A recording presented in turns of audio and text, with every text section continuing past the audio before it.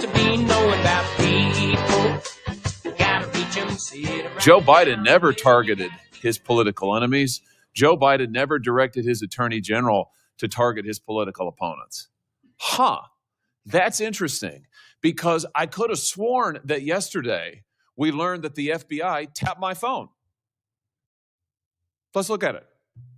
We've got a list. Tapped my phone, tapped Lindsey Graham's phone, tapped Marsha Blackburn's phone, tapped 5 other phones of United States senators.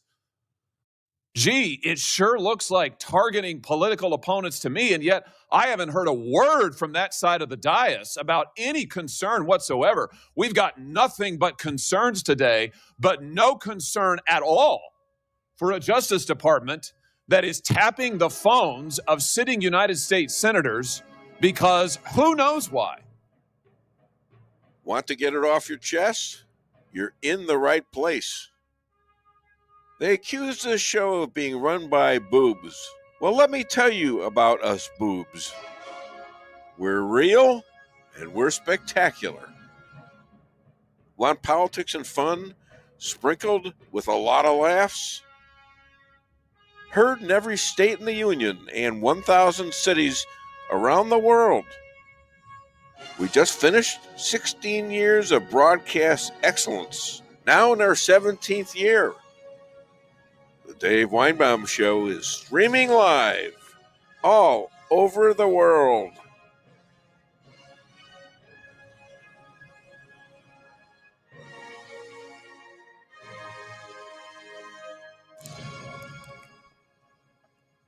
We're living in special times. Never in American history other than the Civil War has there been a blatant attack on our republic from one party to another. This started with Obama and hopefully ends with Trump.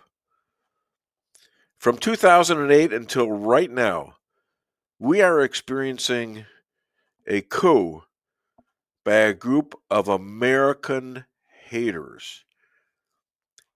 They were so convinced that Trump would fold, they forgot to burn the evidence.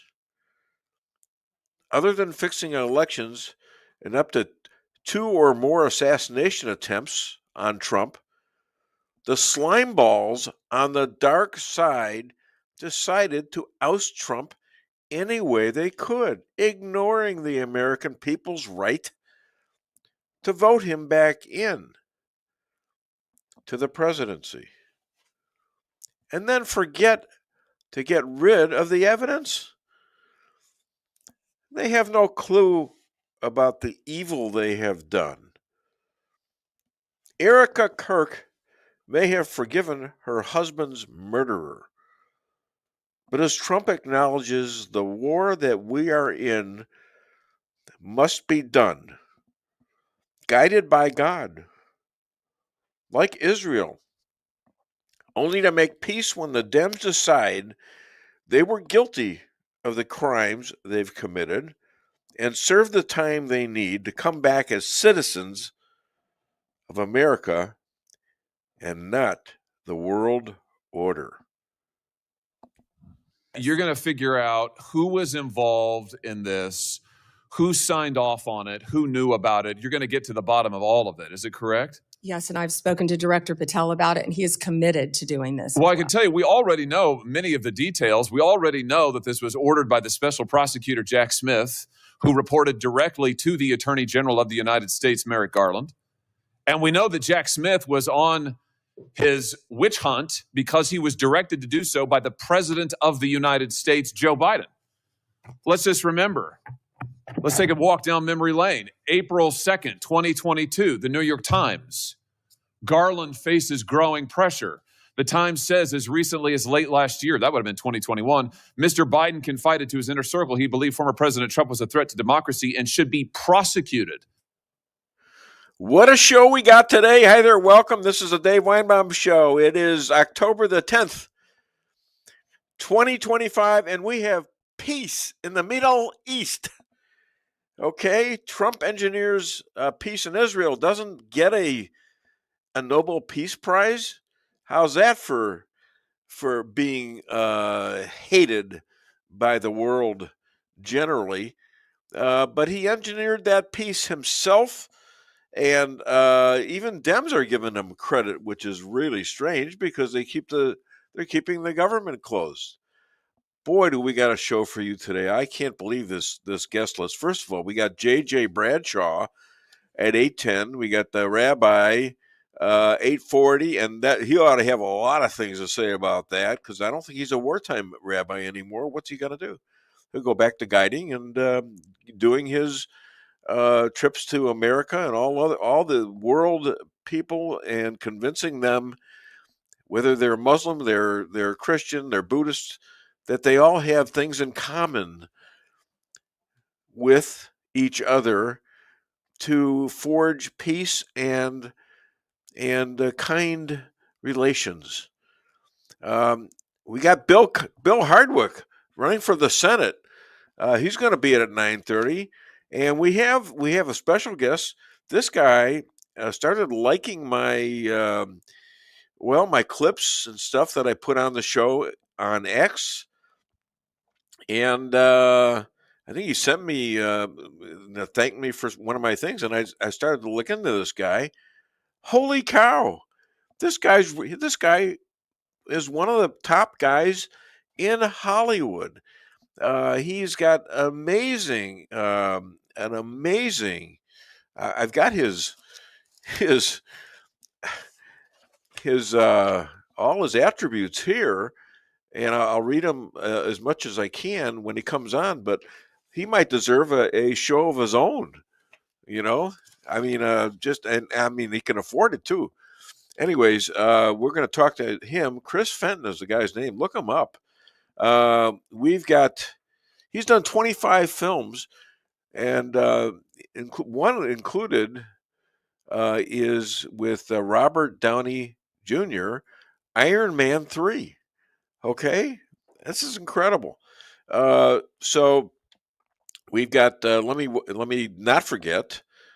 We've had a couple of deaths recently. One is Bridget Sigmund, and the other is Kent Densdale. And how sad. They're both younger than they ought to be to die, that's for sure. So I want you to, go to these funerals and things like that. When is Bridget's funeral? We're having a little service for her at Mom's Church tomorrow at 1:30, followed by lunch, and then we'll be going to the cemetery to do the burial service. So okay, and Ken, I believe, is going to be the following week. Yeah, next week. I'm not exactly sure where. Is it going to be at the country club? Oak Meadow? From what I read, they're doing a service, I believe, at Nolan's Son first, and then it's followed by the country club, a service there after that or something. It's in like Nolan's Son and the local papers and stuff, I believe. And we have J.P. Maxwell here. He is the producer of the show. Hi, J.P. Good morning. Lisa Weinbaum will be in soon, I think. She's late. And Rick Henderson out there in Salem, Missouri, and he does all the bits and the clips. And he's got dogs that apparently have driven him crazier than he actually is. So he'll be there, and he's under. I think he's having an operation today or something. Do you know that? Something about having to go to the doctor for some kind of follow up today. Yeah, there was something going on. Yeah, there. Yeah. It's sad. He's in a lot of pain. So I thank him for doing a great job in the clips department. And well, let's see what's going on in the world until JP or JJ gets here. We have, whoops, there we go. All righty. Dems, Schumer, he's afraid of the Democratic left wing. It looks like, I thought he'd be done sooner than this, but this is his last stand. And the other liberals are about, the socialists are about to take over that entity, the Democratic Party, and I think it's a big mistake. I think Mondani and AOC are huge socialists, communists, they're communists, and and no longer are they afraid to say that. And this is not going to be good for them. Socialism now has proven in Europe that it doesn't work. All these people are suffering, and they're making deals with Trump. And speaking of deals, you got a good deal coming right now, because I see on my little computer here that a gentleman has appeared, and he is John Jeffrey Bradshaw. Go ahead, play that. But I want to continue to introduce him. That he is the expert on the Constitution.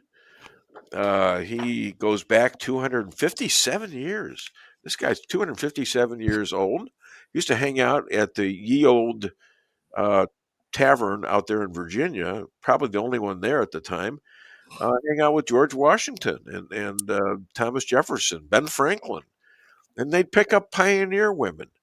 Although he was a little young at the time, but here's a guy that probably wrote some of the Constitution. Not only is he an expert, but he probably wrote it. John Jeffrey Bradshaw. What's on your mind, sir? Oh, Dave, what a week this has been. Let's start out with the DNC. You and I have been critics of the DNC for decades because they keep stepping in it.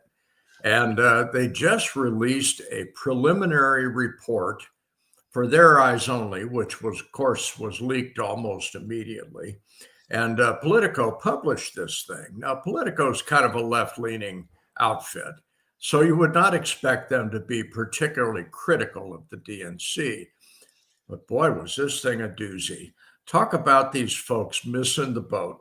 That DNC report, in parentheses, it's why we lost, okay?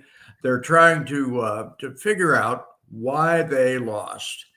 Well, this thing says, number one, we didn't spend money early enough. Well, okay, you guys were outspending Donald Trump for better than a year, but okay, maybe you didn't do it early enough. Swapping Joe for Kamala. Now, Dave, this looks like the smoking gun, doesn't it? We swap one idiot for another and think we're actually gaining something. But they actually put this in print. We swapped Joe for Kamala.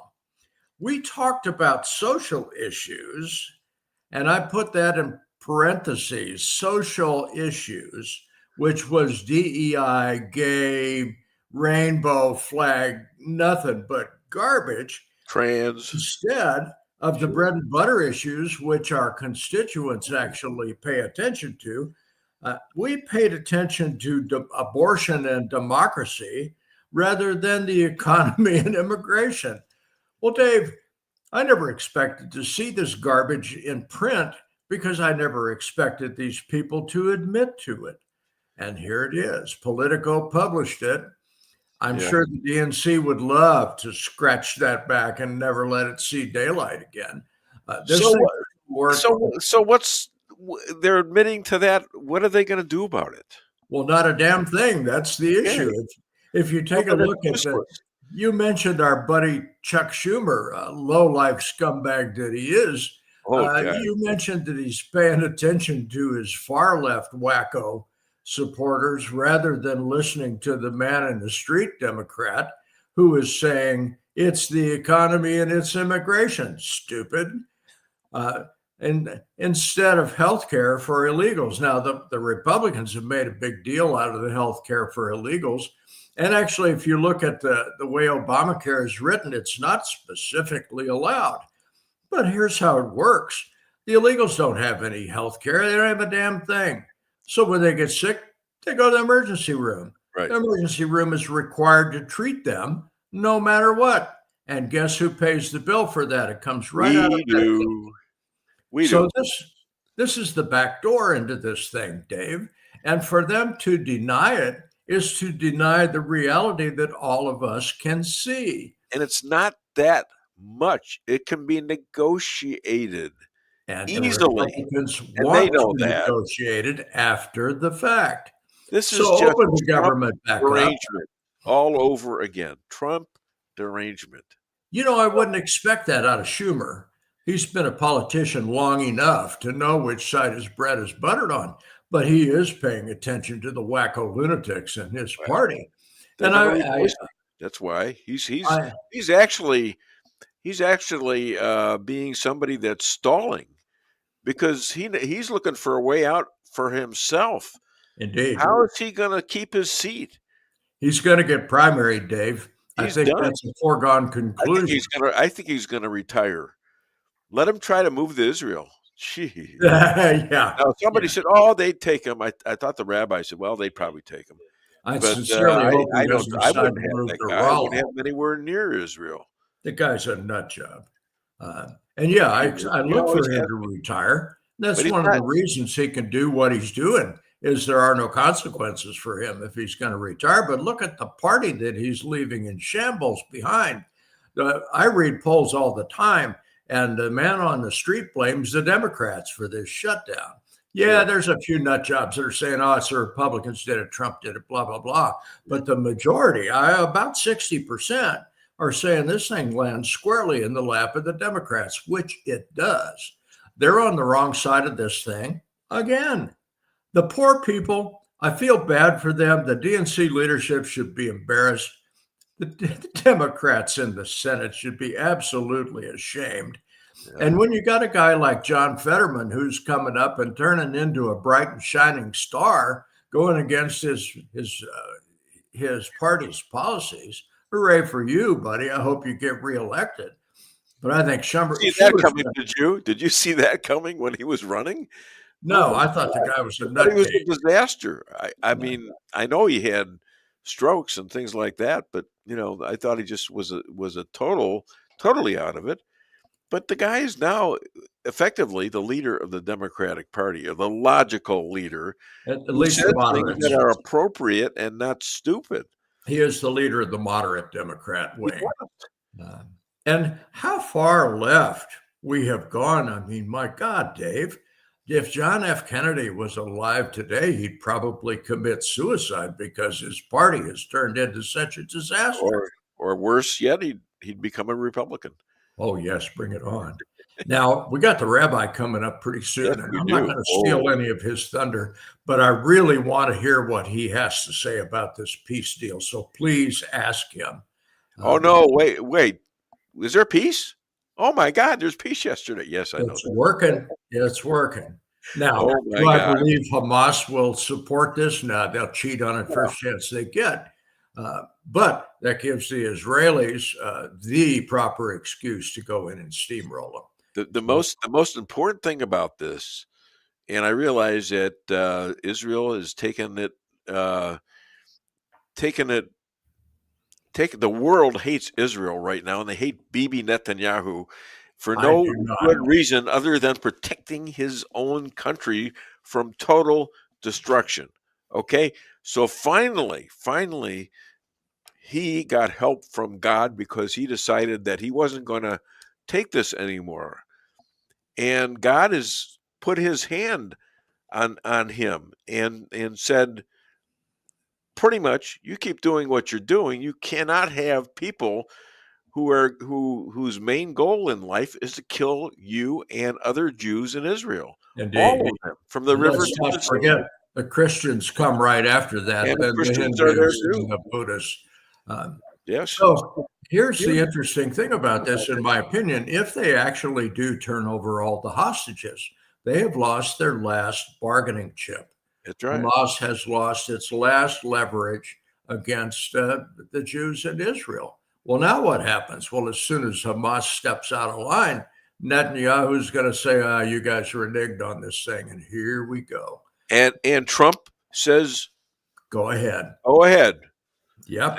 They're gonna try to do something here, and the other ridiculous things that are happening is that the Gazans are cheering along with Saudi Arabia and Egypt and Jordan and even in Iran.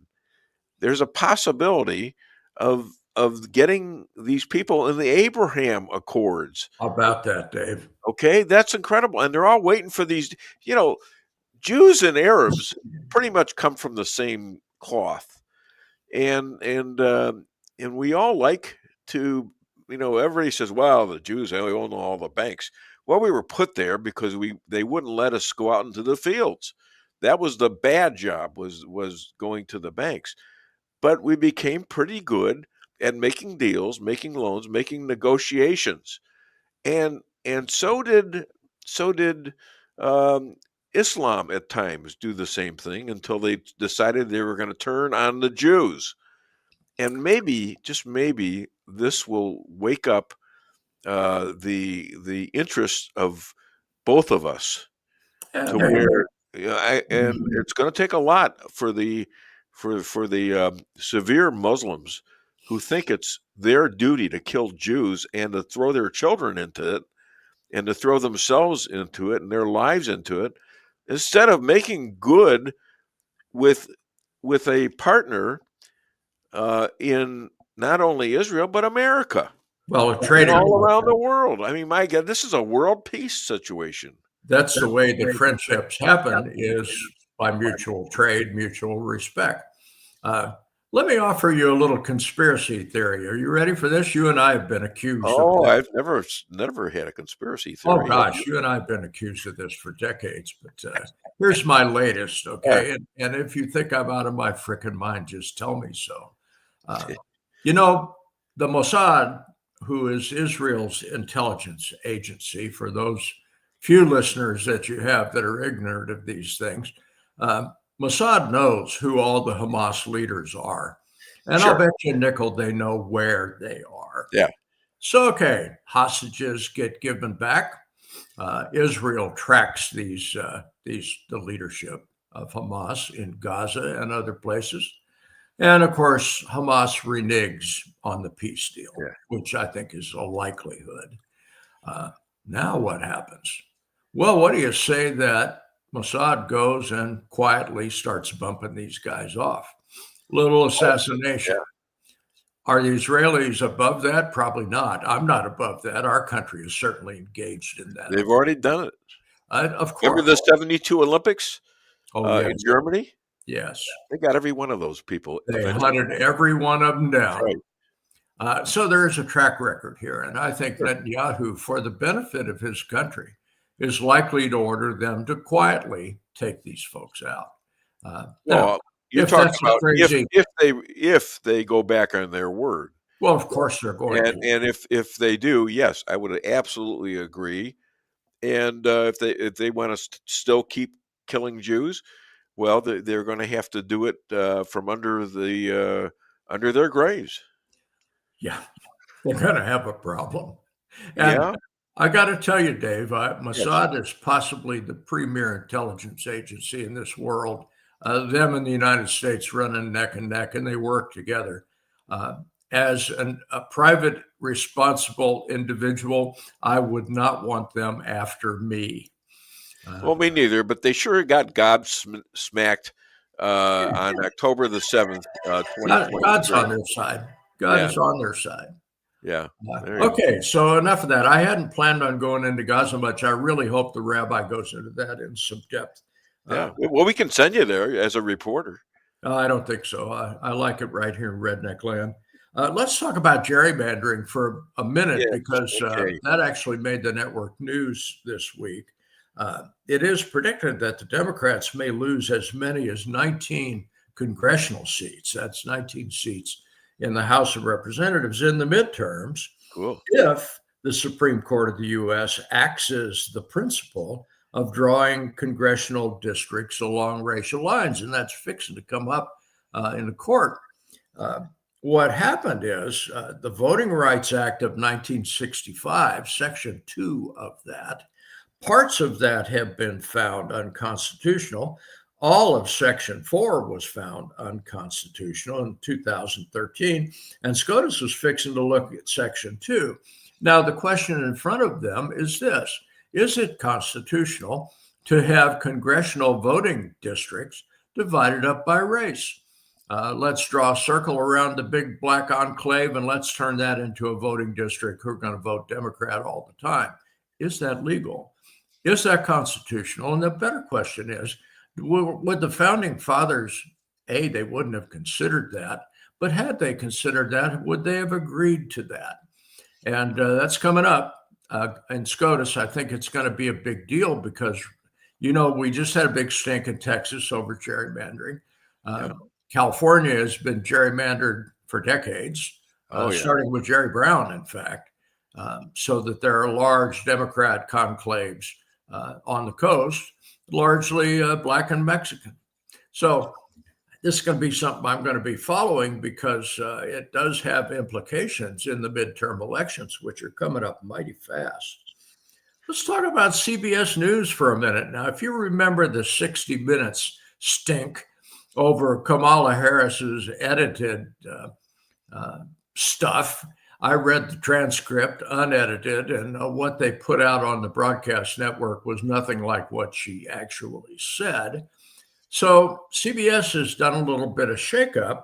You remember a person named Barry Weiss? Yeah. Barry Weiss is the founder of the Free Press. Barry Weiss is now the editorial content manager for CBS News. So they have brought in, admittedly, a little bit left-leaning, but certainly a centrist person to head up CBS News. Why? Well, Trump won a hell of a lawsuit against them, so they're still reeling from that. Paramount, who owns them, is saying we're bleeding money like it is a drunken sailor on leave in the Philippines. We got to do something about this. And what did they do? They hired Barry Weiss. This really could turn into a big deal. It is my understanding. Let me mention to you about CBS since you brought it up. The Hawley testimony at the Senate was amazingly left out. The whole thing about How about that? And I've got it all. I've got it all. So do I. I watched it all. I played the first two clips, and I got 4 more, and it's just devastating. And to see that CBS censor this thing after this guy says, "Well, it's proven now that the Biden administration had my phone." And I think 8 or more people, they were tapping our phones. How dare they? Hawley was just damning. Oh, he was, and I loved it. For the network news to not cover that is no surprise to anyone. But recognize that I was looking for that. I was looking. Well, why wasn't Hawley in there? Because I remember seeing him. I mean, I went through the whole thing. It was an hour and 54 minutes or something like that. The whole thing is on C-SPAN, looking for this. That is all available. Those video clips are all available on C-SPAN, which is supposedly nonpartisan. So CBS, ABC, NBC can't cover this thing up because it's out there, and anybody that wants to look at it, and I would encourage people to look at it. Josh Hawley beat them to death, and the investigation of this thing, the stink that can come off of this is going to be amazing because now you have folks in our Congress, in our Senate, who have been surveilled illegally by a political party was in power. Yeah. And all of the stuff that they had classified, top secret, compartmentalized information, thought they'd never see the light of day again, is being declassified by the current administration and published. This is going to be a tough one for them to deny, Dave. Well, they can't. They got all the evidence. They forgot to burn the evidence. They had it in a burn room at the FBI, and the idiots were so confident. I guess they just forgot about it. Dave, if you and I were going to engage in a cover-up, you would see the smoke clear over to Newburgh because we burn that stuff better than ash. Speak for yourself. These folks did not. And why? Well, because they had convinced themselves that probably Kamala was going to win. Big mistake there, or Wow. Biden would Yeah. stay in How power. did they So this figure stuff that? would remain classified forever. Not They so. so totally underestimated Donald Trump that they got themselves in trouble, and now they're falling apart. They're just even Barack Yeah, Obama is subject to getting an indictment. I He's love the it. one. He's the one that lied and created the Steele dossier. I got a little quickie for you. With Hillary. Actually, two of Yeah. them, because we're up against the clock. Yes. Leticia James has Yeah. been indicted by a federal grand jury Oh yeah. for fraud. If Yeah, you remember, this woman got about a $500 million judgment against Donald Trump, Yes. which was ultimately thrown out, although the conviction has not been thrown out yet. Well, that shoe's on the other foot. Leticia, here's what's going to happen. This is probably going to bankrupt you, like you tried to bankrupt Donald Trump. Yep. At some point, you're probably going to lose your license to practice law if you get convicted of a felony, and this is a felony charge. So, Leticia, my words to you, bye-bye. Okay. Yeah, I think you're right, and I think she's her and people also like Willis, Yeah, Fanny. Fannie Willis. I guess a long lost cousin of my good friend Bob Willis. You think? Hope he's listening. About that. Hope he's listening. I think Oh, Bob my may God. have some complaint about that. Yeah. That comparison. Okay, parting shot, Dave. This Yes. one's a quickie. Alan Dershowitz, who is a retired lawyer, very high-powered guy. And Alan Dershowitz, I like what the guy says. I like his legal thinking, but he has been a Democrat for over 50 years. And Alan Dershowitz said the other day in public, into a microphone, he is going to change to the Republican Party in the midterms. That's amazing. It's a 6-decade Democrat that's bailing. They asked him why. Why would you change horses midstream? And he said, isn't it obvious? Yeah. Last thing he said, I isn't mean, it obvious? and it's so obvious for so many reasons, but especially with the fact that he's Jewish, for goodness sakes. How about that? And how can you be a Jew, Schumer, and go along with the killing of Jews, Schumer? How can you be a Catholic and go along with abortion? It's the absolute same argument. Yeah, that and the Christians who are getting murdered by, to your point, murdered by the Arabs, or as they call them, Hezbollah and Hamas. Outrageous. It's not just the Jews; they're picking on a lot of different people. Oh, the Christians are next. All right. Well, put some of the clips or the messages in so I can read them off. Patricia Odin Maxwell, looking good, sounding good. Go team! Thank you. Good morning, Pastor Pat. I appreciate you. Kathy Sanford Dillon, good morning and happy Friday. They coined that. Love and hugs to each of you. Have a beautiful and blessed weekend. And anyone else? All right. Now I would be I would be late if I didn't introduce my wife, Lisa Ann Weinbaum, who for some reason Lisa decided to walk in a half an hour late. Yes. I was busy breaking the TV. Breaking it? Yeah. You broke the TV? Yeah. Recognize that you're going to have to play back the wisdom that I imported this morning. You serious? Wait a minute. This is a serious thing. Are you serious? Did you break the TV? Okay. The DirecTV was already broken. Yeah. But now that they made me do the reset, now we got nothing. Until Sunday. It'll be okay.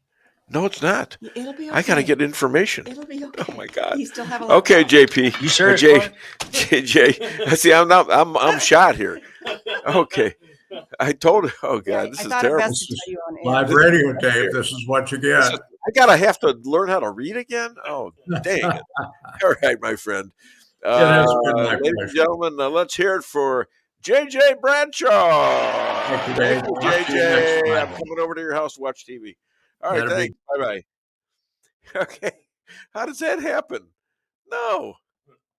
Are you serious? Yeah, I'm serious.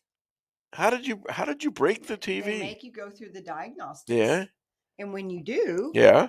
then it took away whatever we had. Oh my God. I know. You were able to do streaming before, but now it won't do streaming either. Well, if it's broken, it's not going to do anything. Well, the TV still works. Oh, well. You just have nothing to watch. You can't watch anything. Yeah. Well, I'll watch a damn blank thing. Well, that you can and I'll figure things out by watching a blank TV. How's that? do. Okay, this is not good. All right, You're gonna watch a blank TV. You we might as well go to a DNC party. Yeah, that's right. All right, let's go to a commercial. For goodness sakes, this is bad news. Your home is your castle. You don't need unwanted hassle. Don't let those creatures move in to stay. Let us protect your investments. That's what we're all about. Plank Termite and Pest Control will save the day. Plank is locally owned and family operated right here in Rolla, a Google preferred business. Our customer service and your satisfaction is our number one goal. So call Plank today at 368-3333. Plank Termite and Pest Control will save the day. Honey, what are you doing? What does it look like I'm doing? It looks like you're filling up a swimming pool. Yep, I'm filling up a swimming pool. In our living room? How else am I going to watch the game and stay cool? If your AC is on the fritz, call Hartley's Climate Control. Hartley's is the area's best in HVAC repairs, installs, and maintenance. Knowledgeable, honest, and dependable. Serving Rolla and the surrounding areas for commercial or residential needs. Hartley's Climate Control. Community born, community raised, community serving. Call Hartley's Climate Control today at 573-368-3163.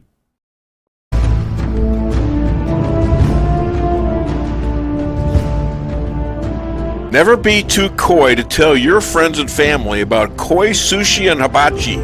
Celebrate the best Chinese-Japanese restaurant in the Midwest. Call 573-426-5551 to make a reservation or order takeout.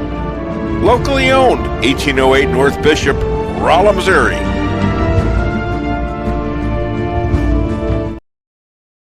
We can sum up McDonald's new crispy chicken sandwich in one word. Crispy, but also juicy and tender.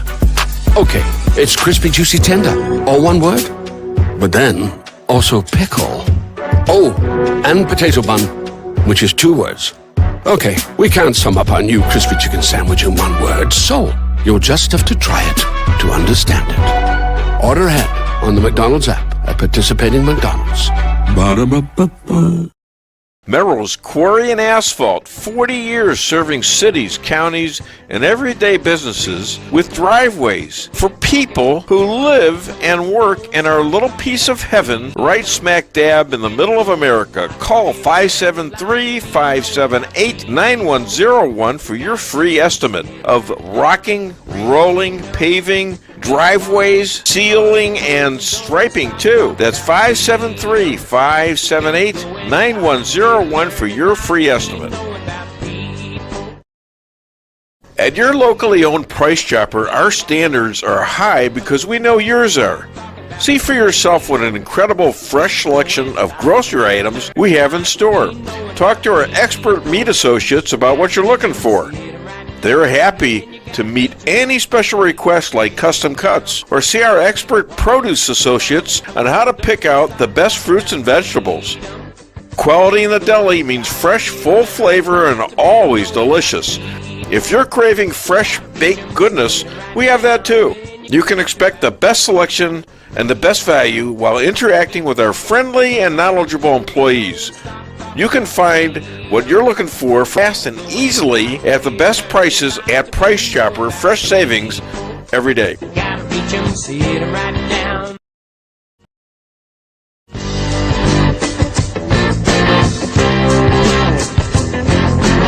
A-Car Real Estate, where experience matters. 532 million sold since 2003, the #1 sales volume in Phelps County. As a client for decades, I can say they are the best in mid-Missouri. Call 573-368-7355. That's 573-368-7355 for the best real estate experience you'll ever have. Gotta reach 'em, see it right now.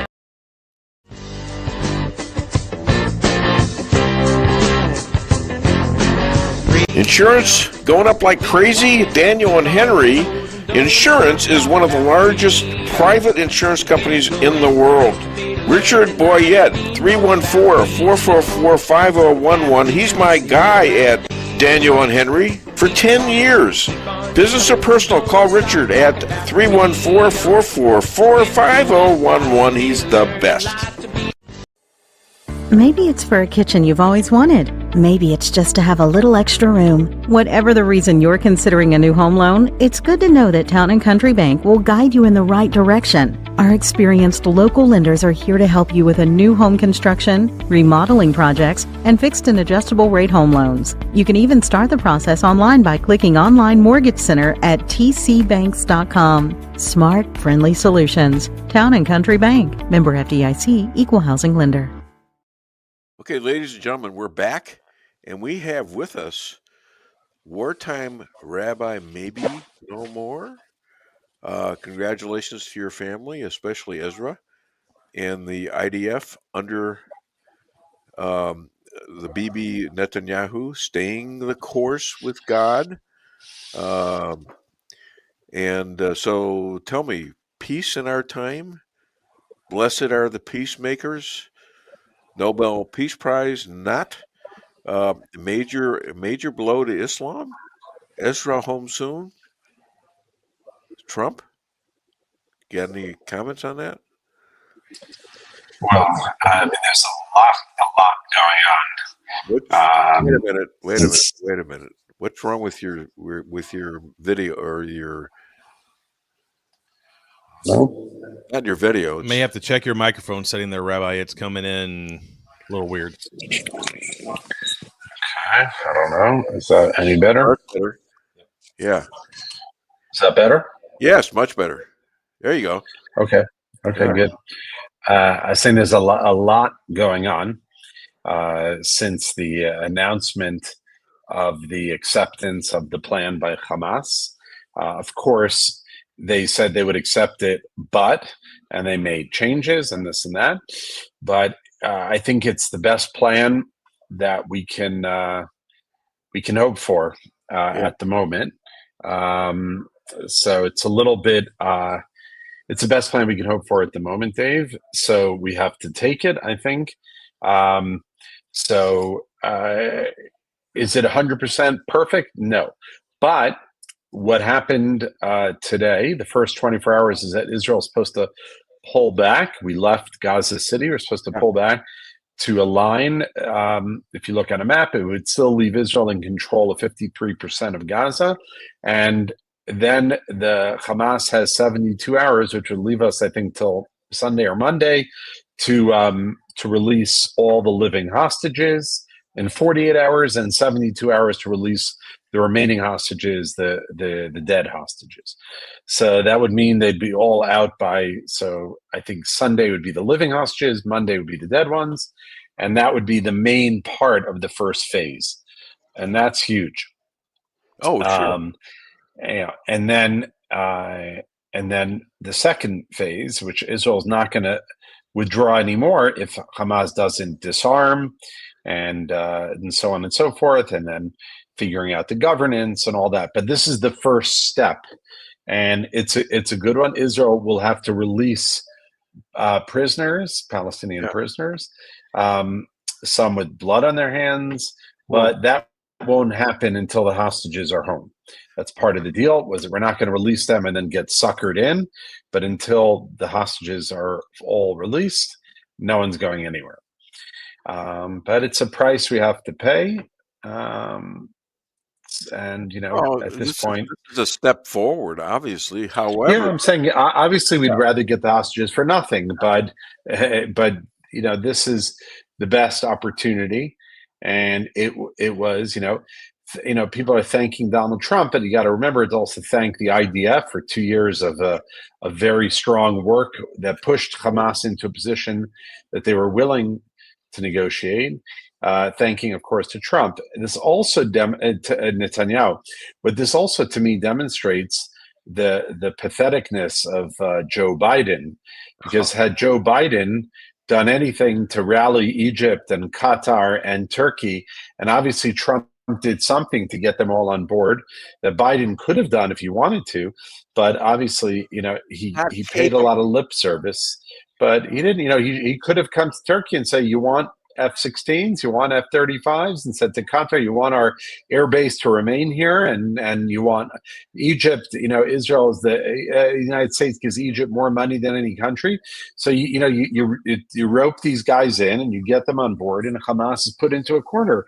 Like the truth is, anyone could have seen that, or we all knew that had all these countries been on board against Hamas from the get-go, this would have been over a long time ago. But Joe Biden did not use any United States leverage to affect, to put any meaningful pressure on Egypt or on Qatar or on Turkey, and so they didn't do anything. And then along comes Donald Trump, and he says, "Okay, remember, this is the art of the deal," right? And he gets them on board.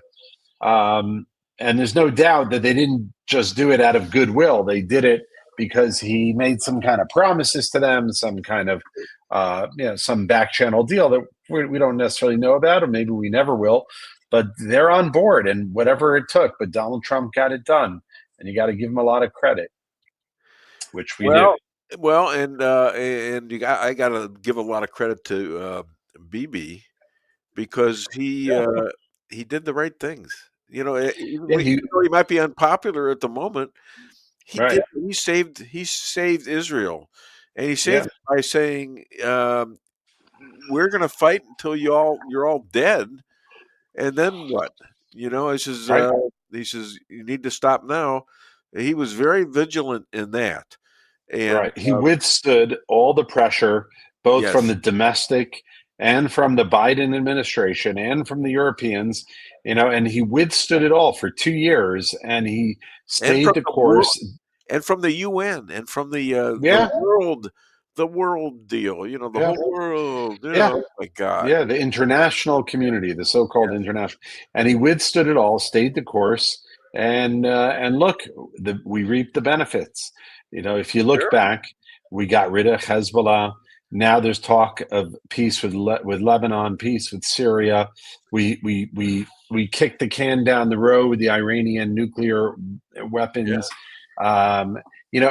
We've destroyed the military leadership of Hamas. I mean, so he's achieved so many things, and he had to do it under a lot of pressure. But he did it. Trump handled this perfectly. He even chided Bibi Netanyahu into calling the head of Qatar and saying, "You got to stop attacking Qatar." And he apologized to the head of Qatar, and apparently it became a very friendly conversation. And this is going to be really good. How many Arabs might be changing a little bit? Aren't some of the Arabs very happy about this? Look, I'm sure. I'm just saying, in the Arab culture, they're not going to openly, come out and say we're supporting Israel, we're supporting the United States, we love this. Right. Yeah, there will be, but under the radar, I believe there's a lot. Yeah, and there's a lot. They're not that different than Jews, other than their beliefs. And they want to make a buck. They want good businesses. They want this and that. And so, will they actually show it in a change of attitude and get along with what Israel is doing, or not? I don't know. It's a long time since Muhammad decided that the Jews weren't worthy of living, and it's at times it's been let up, and you had to pay the jira and all that stuff, but still, the Jews and the people of Arab heritage can get along, I think, but they're going to have to change. Jews are not going to stand for getting killed anymore. Look, it's not going to happen overnight. We know that. I know. But this is it's an opening. It's a way forward. There's a little bit of light, and we're going to have to see what happens. And who knows what's going to happen? Who knows what's going to happen in a couple of years when you have U.S. presidential elections again? In a few years, and 2-3 years can go by in the blink of an eye. And, so I know. we're hopeful. You can hold on to hope. We have to be realistic and know that it's going to take a lot of work. It's going to take a lot of goodwill, but we'll see. And we're very excited to have President Trump arriving in Israel tomorrow. He'll be addressing here our Knesset, which is our government, on Sunday, and then flying out. So he'll be here for 24 hours or so. It's going to be very interesting. You mentioned Biden as the chief evil guy here. He's just a puppet, and the real guy that really did this, Barack Hussein Obama. That's my opinion. It started with him and leaving pallets of money, of taxpayer money, on Iran's door, and his administration went on to go along with Biden, and Biden was really a puppet, in my opinion. Yeah. Look, we had 2 terms of Obama, 1 term of Biden. It's a long time, and to get past that, to get the country back on track, Trump's done it very fast. But there's a lot of resistance, and especially when it came to Israel. Israel was being vilified everywhere. But Trump came in, and he's turning a lot of things around, and things, as fast as he's moving, things don't happen overnight. It's going to take time. It'll take some time. Yeah. To make these changes. So you had Kushner in on the negotiations. What are your thoughts on that? Everyone was there. Look, Kushner, he did a great job with the Abraham Accords. Yeah. Okay. Well, that's why I think he was there. Partially. Yeah, there's a lot of very smart people, a lot of very practical thinkers, and they got it done. They got it done. That's what I'm saying is that there's hope now that you can get Saudi Arabia on board. You can get maybe even Iran, Lebanon, Syria. Syria. Yeah, I mean it's unbelievable the amount of things that can be done. Yeah, if we can get rid of the regime in Iran, have a whole new Middle East. I think they got to be very unpopular at this point. They always have been, and the Persians have to take over again, I guess. Yeah. So okay, so do you figure there's going to be at least a little break here between wars, even if it goes bad? I do think so. Yeah. I do think so. I haven't been this hopeful, or optimistic in 2 years, also because, like we just said, the people who are in there, Ron Dermer, Caroline Glick, she was in that? I didn't know that.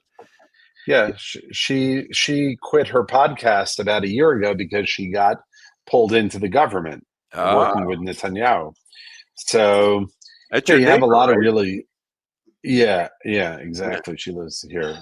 I mean, you have a lot of good people there that I put a lot of faith in, and I mean, you met Ron Dermer. He's a very smart guy. He doesn't do dumb things, and he's a deep thinker. And I trust them. Met him and interviewed him because of you. Yeah, that's right. So I think there's a lot to be hopeful about. Now, we shouldn't you shouldn't go too overboard with the euphoria because I know. things can go bad. You never know. But right now we're on track. Let's see what happens Sunday, Monday with the hostages. Well, you got to be ready for both. You got to be ready for disaster, and you got to be ready for good stuff. Right. And you got to always be a little bit. I don't want to say psychic, but I was going to be a psychic, but there's no future in it. But you got to. You can do that. Go ahead. What the hell? Yeah, go ahead. No, I'm going to come kick your ass over there. What do you know from Tony, you bastard? That's for you. Okay. but you got to be a little paranoid. Let's put it that way. Paranoid. Paranoia is not a bad thing to have if it's under control, because you set yourself up and say things are going pretty good, but what the hell am I thinking here? What could happen? So I don't know. Don't you have to have a little of that too? You have to always be aware of what's going on. Yeah, I think that's a very important thing. As I say, paranoid people have real enemies too. So it's that we imagine stuff that could happen based on the way things are and seemingly going well.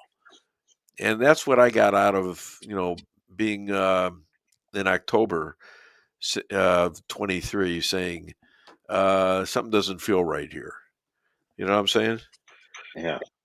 Trump, so exactly. So hundreds of convicted Arabs, as you pointed out, are going to be released by Israel. What are the prohibitions about them? What do you mean? Who are they letting out, or what kind of? What control are you going to have over these convicted Arabs who are coming into the?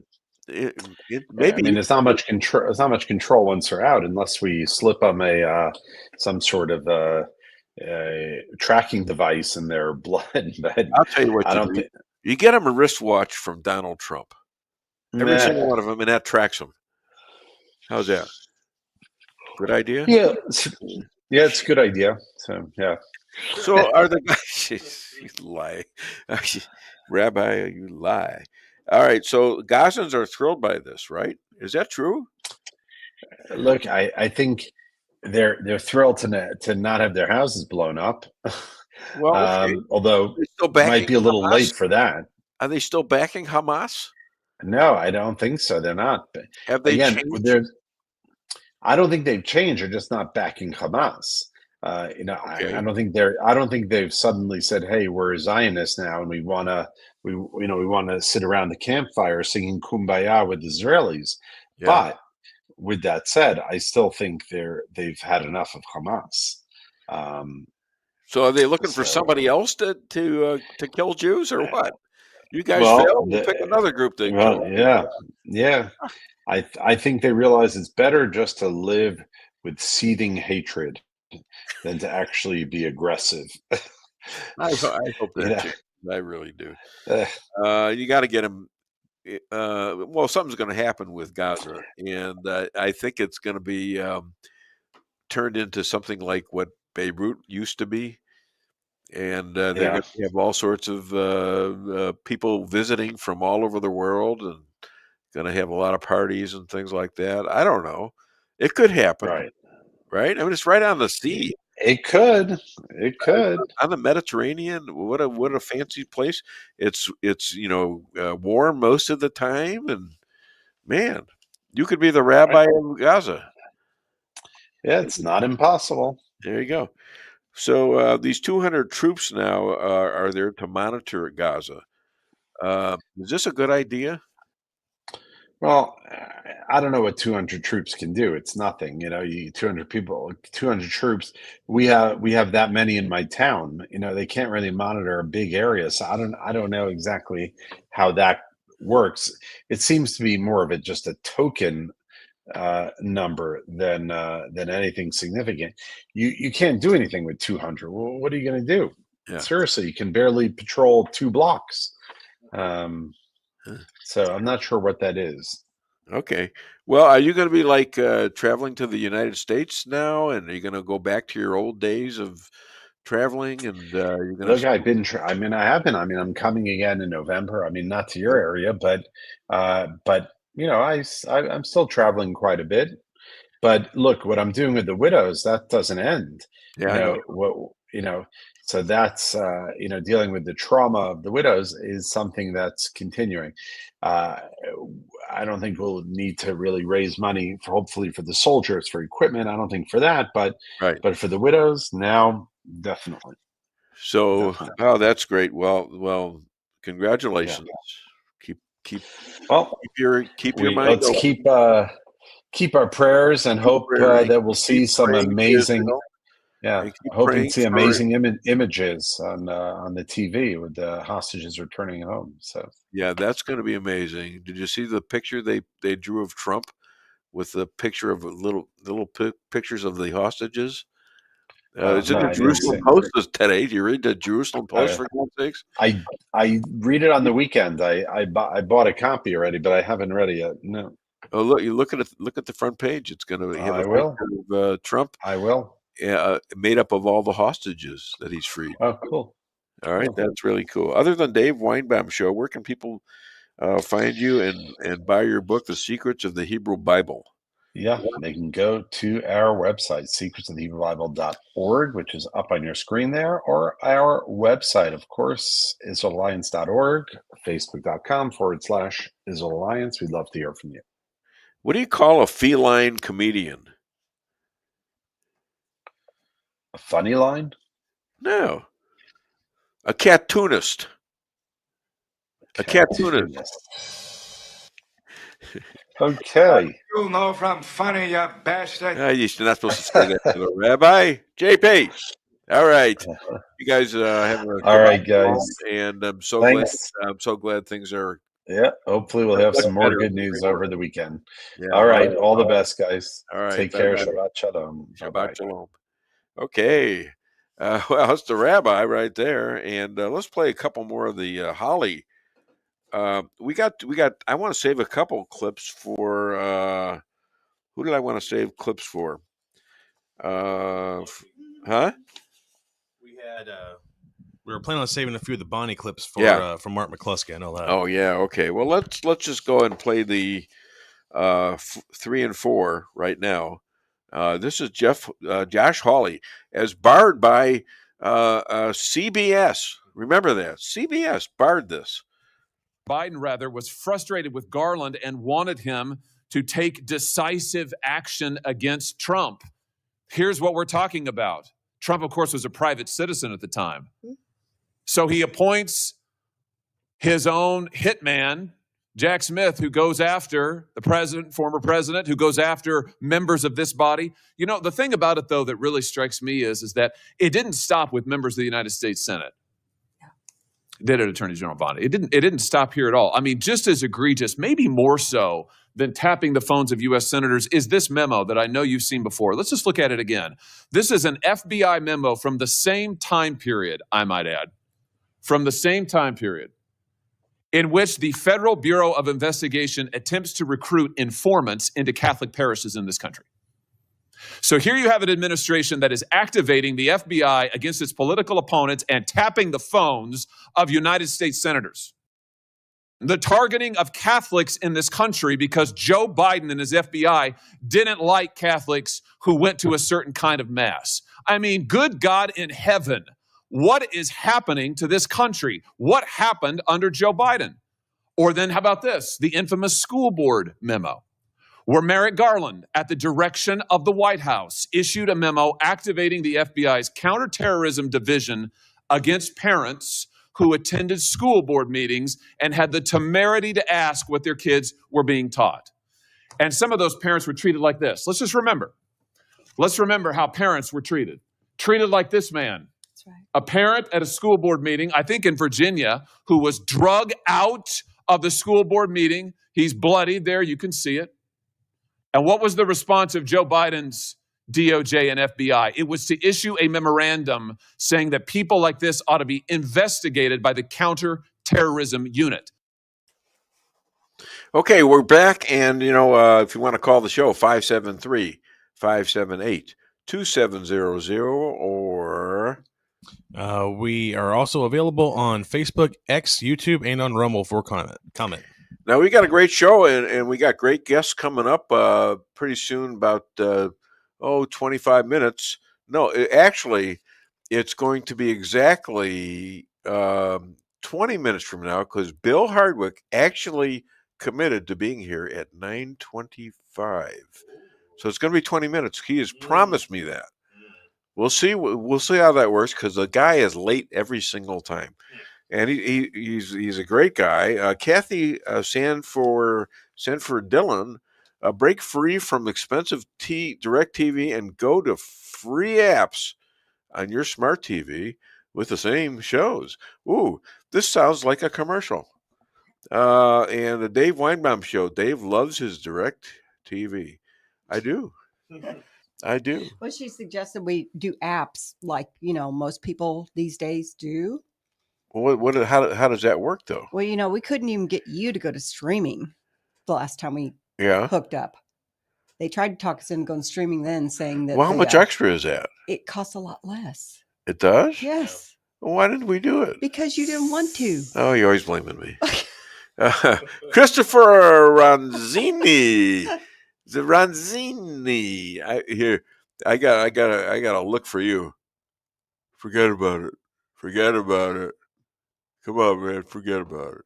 Okay, he's the Godfather. Good morning to Lisa Weinbaum, who is a ray of sunshine. Oh, what's going on here? and the awesome Dave Weinbaum. Okay, you're okay now. And the Crow.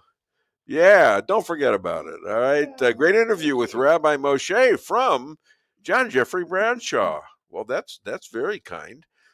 Kathy Sanford Dillon, we did two until we discovered we get all the same as we did with the DirecTV, but all free.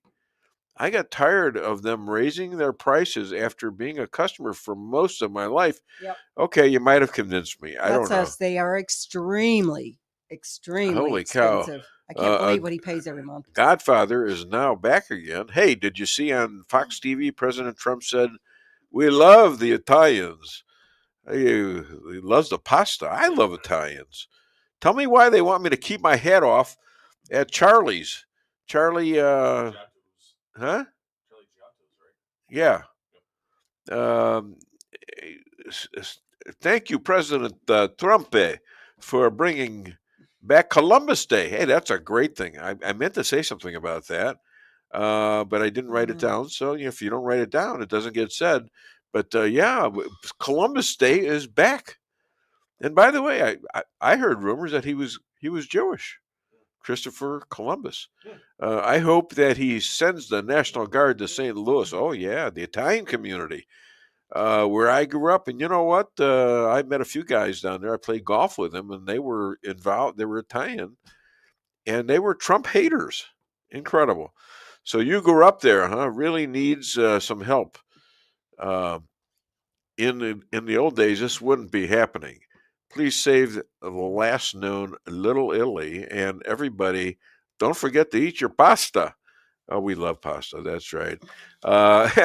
Kathy Sanford Dillon loves Bill Hardwick. That's great. I'll tell his wife. I'll get him thrashed somehow or another. Anyways, do we have anything else? Okay. So we're going to go to commercial pretty soon, but we got a few things. There are people that are getting out of jail because they are mentally disturbed. And in the old days, you would put them in an asylum. All right, and that sounds cruel and everything, but some of these people come out because they're mentally ill. And they don't have the asylums anymore. So they let them go. Mm-hmm. They're out on the streets. And if they're crazy and they kill people, why would you want them back on the street somewhere? You have to control this. You have to get them back in these these things, you got to stop it, because people. You see that girl from the Ukraine murdered because she sat down on a train, had no idea what was coming. When a guy stands up behind her and stabs her a bunch of times, and she sort of looks around and says, it's just like, what happened? And she was seconds away from bleeding out. Okay, just terrible. And some idiot from the Black Lives Matter gets out there as a spokesperson and says, we have the right to kill whites. Really? Do you? He's got the right to kill whites. Can you imagine a white man saying that? What an idiot. Speaking of crimes, Diddy was convicted of 2 counts. And I don't know exactly what he wasn't convicted of, but apparently it wasn't a rape or anything like that. It was all consensual, they ruled, I guess. He's got 4.5 years sentence, and I think he's already used up over 1 year of it, right? Yeah, he's got 3 years left now, I believe, that he has to serve. Yeah, so I don't know whether you think that's enough or not, but what do you think? Is that enough? I don't know. I don't think so. But the latest is that now he's reaching out to President Trump and asking for a pardon. Really? That's the newest thing. Oh, yeah. P. Diddy. Well, he apologized in court, and I guess if you apologize, you're okay. I wonder what all of his victims Sorry. would think about that. Yeah. That's what we. He's already been pardoned by the court system. What more does he think he needs? Yeah. What are you doing? I don't know. Why is your phone on? I don't know. What's wrong with you? I don't know. Oh gosh. Now the phone is on. The TV's off. This is not good, ladies and gentlemen. We shut down a huge problem. The shutdown is, and I thought this would be done. I thought it would. I miscalled this one. I thought Schumer would be. They're not smart. But I thought he'd be smart enough to figure out this is a total loser for the Democratic Party, and it's apparently moot to them, and they don't understand it. They still don't understand it. They still don't understand what they did wrong, and the whole thing is based on the fact that they all are so sick with Trump, the Trump symptom, that they don't understand. Shannon Reed enjoying the show, enjoying the debates and the jokes. Well, thank you. Somebody likes my jokes. Not you, apparently.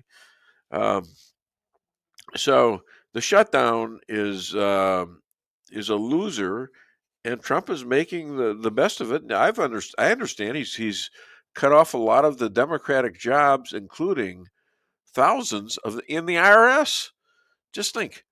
Obama and Biden had about 80,000 or 88,000, and they were all going to be taking guns into your home. Yeah, job description. And saying things like, "Why is that Trump sign out there?" We might be able to make a better deal. My better question was these job descriptions were out there in USA Jobs, by the way. Yeah, very familiar with that site. Why do you need 90,000 armed IRS agents? Yeah. That's the question, because that's what they were pushing for. And that's what's now been disbanded. What do you think? Why would they need this? I don't think it takes a logical leap to figure out exactly what they were up to. Yeah. That's an amazing way to control people. And that's what the Democrats are all about. It's called intimidation right there. Oh, sure. Yeah, and it gets right into the voting thing. But, I think that the alleged Charlie Kirk assassin probably thought, if I can get a bullet in Charlie Kirk, I can stop all this. It's done nothing but ignite a fire. All of us are now, we're to the point where like, you know what? I don't care what you try to do to me. Look what they try to do to Trump, and he won because of it. Yeah. He's proof that, we can only be pushed so far, and now it's time to fight back in some form. They did to Charlie. He's become a minor Jesus out there. I mean, did you see they had a thing for him in North Dakota last night, and it was packed. There aren't that many people in North Dakota. It's amazing that they got thousands and thousands and thousands of people to show up and there. we're beginning to see a local effect because now there's actually a group that's applying to be Turning Point USA chapter within or charter within Missouri S&T right here in town. Really? Yep. S&T? How about that? And St. James, everybody starts. St. James? It's incredible. And we are Charlie Kirk. Yeah, well, we are. You know, somebody's telling me yesterday, well, he don't like Jews. Yeah, they tried to spin all that. Yeah. They took pieces of his clips and they tried to. Well, and I'm sorry, but I know that Candace Owens claims she has this proof of all this stuff. Candace Owens has gone so far off the track that I don't even what's understand. What's the matter with her? I don't know. I don't know what happened. I don't know. I got to call her and ask her because we have connected at times, but not really. I mean, she liked some of the stuff I did. I bet she's sitting by the phone waiting for you. I bet you. Yeah, remember, I'm calling you now, and we need to talk because I don't want to lose you. I mean, you were too good, too smart to be doing what you're doing. Bill this is from Kathy Sanford Dillon. Bill is a common sense and intelligent conservative. I'll vote for him any day. How many days in a row will you do that? I don't know. You guys are slow. French government has collapsed. Isn't that interesting? And Japan elects the first woman to be prime minister. And, France, goodbye. Who cares? Yeah. Where's are you going to have? You're going to have Hamas stay in Paris, by the way? You're going to give Hamas and Hezbollah and all the Palestinians a place. You can just give them Paris. Why not? Telling Israel to get a third state in a place where all the Jews are welcome is ridiculous. It's like a parking lot compared to France. It's not even a parking lot. It's the size of New Jersey. So get off our backs, you dopes. Okay, violent cities in L.A., Chicago, Portland, Memphis, St. Louis next. Somebody, the Godfather, wants it done, and I think it's coming. And Trump is fighting this back. The mayor of Chicago, he declares no-go zones, and he's threatening Trump. He says, "You tell me that we're going to do what you want us to do. You're telling me we have to have the National Guard here? I'll tell you what. And you said you're going to arrest me? Bring it." He's holding his hands out like he's waiting for the handcuffs. Yeah, what a tough guy. Woo! I'm scared. And the mayor too. They refused to send the police out. They lied about it. They said, "Oh well, we have the police. We have them handle that." And it's a total lie. They have the information. They have it written down. They have the recording of them saying, "Stand down." How stupid do you think we are? Don't answer that. Chicago mayor, no go zones. Does he not know this? Of course he knows it. Okay, Kathy Sanders Dillon. Ridiculous people protesting no kings in front of the veterans. Hope a couple of weekends ago. Yeah, shameful. Now, is this here in Rolla, I wonder? She's in a different part of Missouri. There is a No Kings protest scheduled, I believe, for next weekend here in the Rolla area. They do one every week at the Veterans Home in St. James. She's in St. James. Is this a bad thing or a good thing? It's horrible. Okay. But what are these poor guys locked up inside this building trying to live out the last days? What do they need to see all these angry people protesting in front of their building every day? It's all about the big, beautiful bill. They have no bearing on that. There's nothing they can do. Are they violent at all? I don't think they're violent, but they are a nuisance. They're a nuisance. Okay. Yes. I can every week they want to go out and do that. I can name a few nuisances I've had this morning. I tell you what, but I don't want to go there. Probably better if you don't. Yeah, I know, and you're smiling through this. I'll tell you what. I don't like that talk. Yeah, right. Watch out! I could get up just for that. Okay, we need the. You know what I need. You got that yet? Yes. Yeah. You know that tickles. Stop it! No! All right, let's do basketball. I lost my nuts. I just Damn, we gotta go straight to the basketball now. I think my nuts just dropped off. Oh man, that hurt. Okay, is everybody laughing out there, or is this just no? I know you're not. I think it's funny. I have to say, in my defense, I try to keep myself composed no matter what happens during the whole show. Dave got me in a moment where I did not expect that, and I completely lost it there for about 5 seconds. Could not contain my laughter on that one. So. Okay, see, he laughed his ass off over there. He can't pretend not to like it. Is this a woman thing? Did I insult women with that? Yeah. How? Well, it's sexist. Men have balls. Women don't. At least you don't even know how to At least the genders are supposed to be that way. You don't even know how to use a lug wrench. You don't even know where to find it. A lug wrench? I sure as hell wouldn't take one of my balls off, much less two of them. And hopefully they wouldn't clank when they landed. What's more important is if I know how to use it. Will you get off of these your fantasy balls? All right, I'm God. tired of the lug wrench thing. You're tired of what? Tired of the lug wrench thing. Put it All right, down. just for that, you know what? Put We need to put we need, it's only October.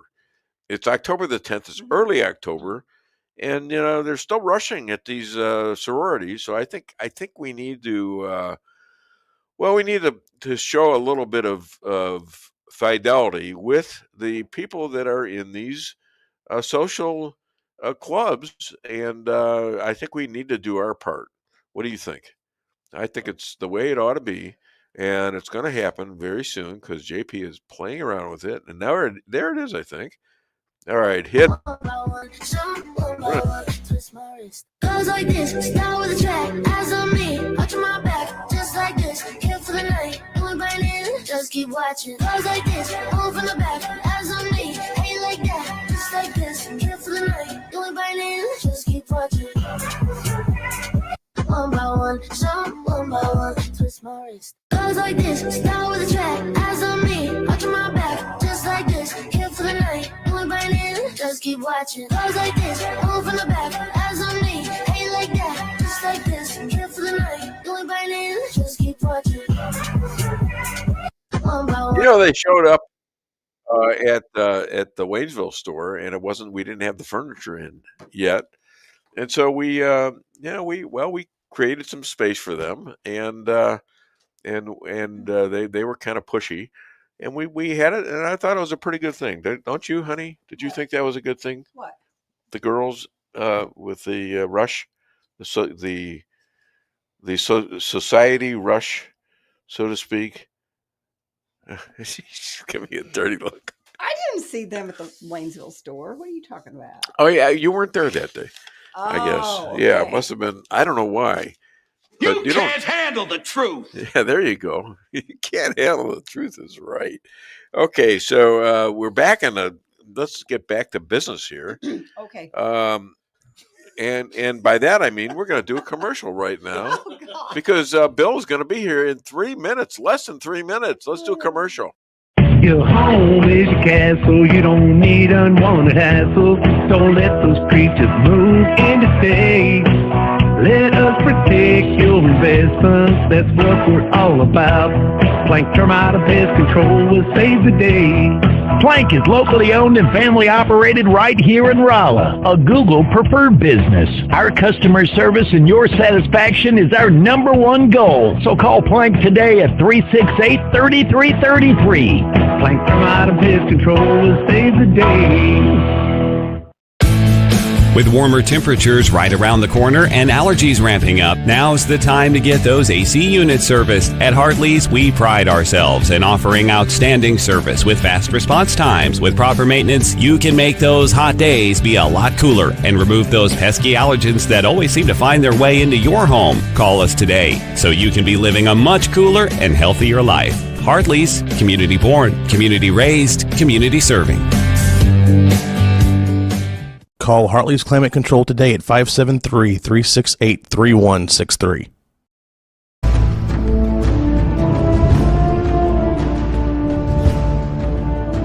Never be too coy to tell your friends and family about koi sushi and hibachi. Celebrate the best Chinese-Japanese restaurant in the Midwest. Call 573-426-5551 to make a reservation or order takeout. Locally owned, 1808 North Bishop, Rolla, Missouri.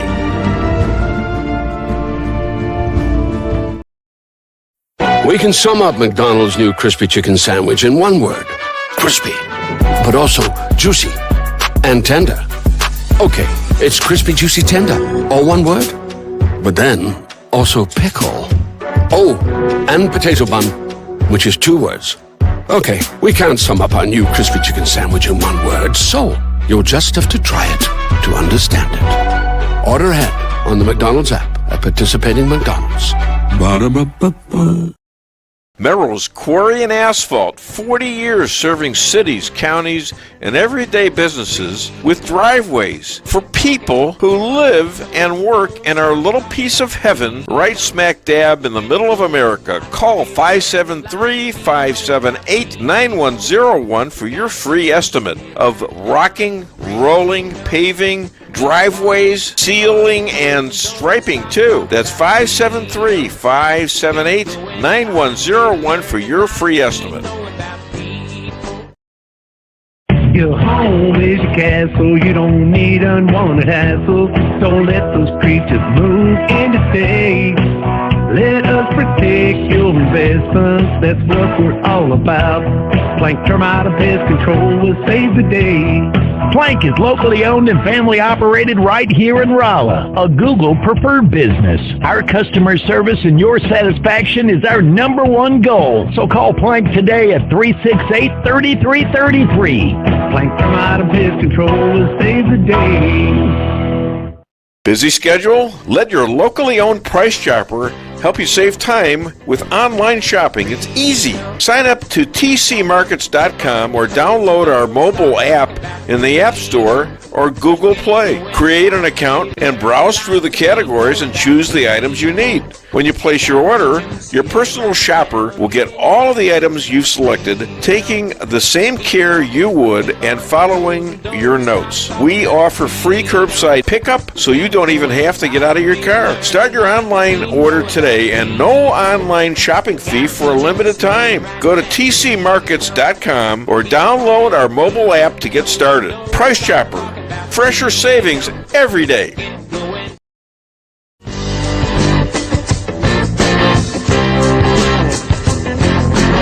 ACAR Real Estate, where experience matters. 532 million sold since 2003, the number one sales volume in Phelps County. As a client for decades, I can say they are the best in mid-Missouri. Call 573-368-7355. That's 573-368-7355 for the best real estate experience you'll ever have. Gotta reach 'em, see it right now.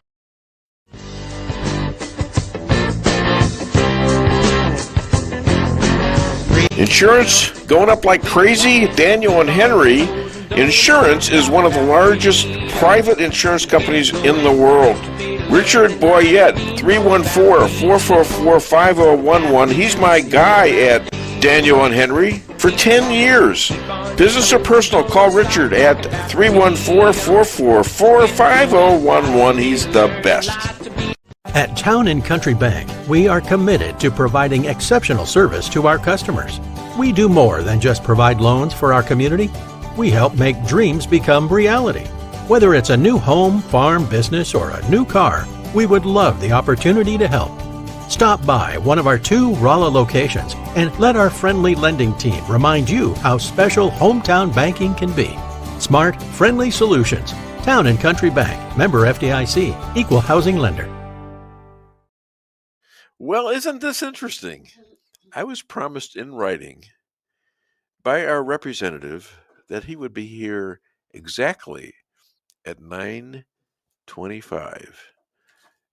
And you know what time it is now? You can look at your clocks. I think they're rather accurate, just about 9:29.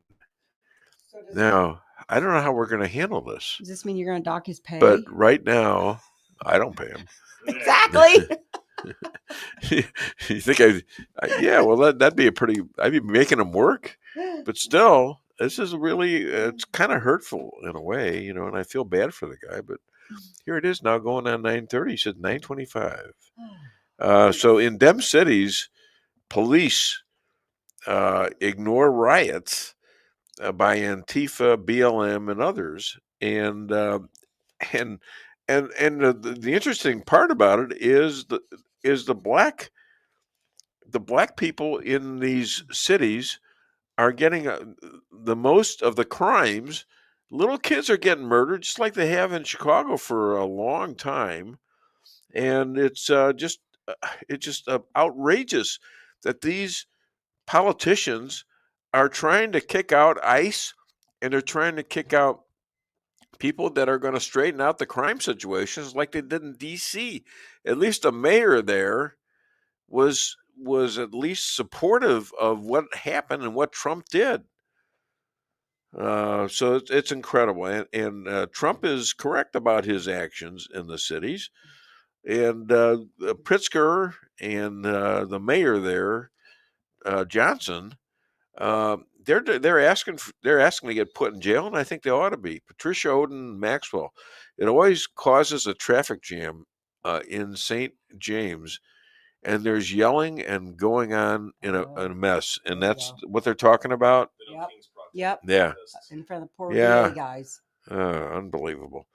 So I don't know what's going to happen here, but he's not here. So let's play. We have a couple more comments on this too. Yeah. Okay. Kathy Sanford Dillon. They said that they are there to support our veterans who need them. Well, what are they doing for the veterans? Anything? Protesting the big beautiful bill is going to save them. Really? That's what they're saying. Oh, I see. Yes. Okay. Christopher Ranzini, watch you. Gaganyas. Gaganyas? What the hell's that? Is that a flower? Is that something you put in pasta or what? Pronounce gaganyas. Gaganyas. I don't know what that is. I think it's like cojones, maybe. Maybe. It's what? I think maybe it's like cojones. I don't know. Cojones? Yeah, maybe. I thought it was a type of onion at first or something. I wouldn't. Really? Sure. Yeah, I got some big onions. Maybe it's a kind of cheese. It could be. He's Italian, so yeah. Forget about it. Hey, Kathy Sanford Dillon again. My husband, who is a Navy veteran, said veterans do not need their support. All right. Well, you heard it from her and her husband. So they're trying to tell him that he's taking away all their Medicare benefits and stuff like that. Right. That's what they're saying to all Americans. Sure. You're going to lose your Medicare advantages. Yeah. Well. And of course, Medicaid. Let's get back and fix it then. Mm-hmm.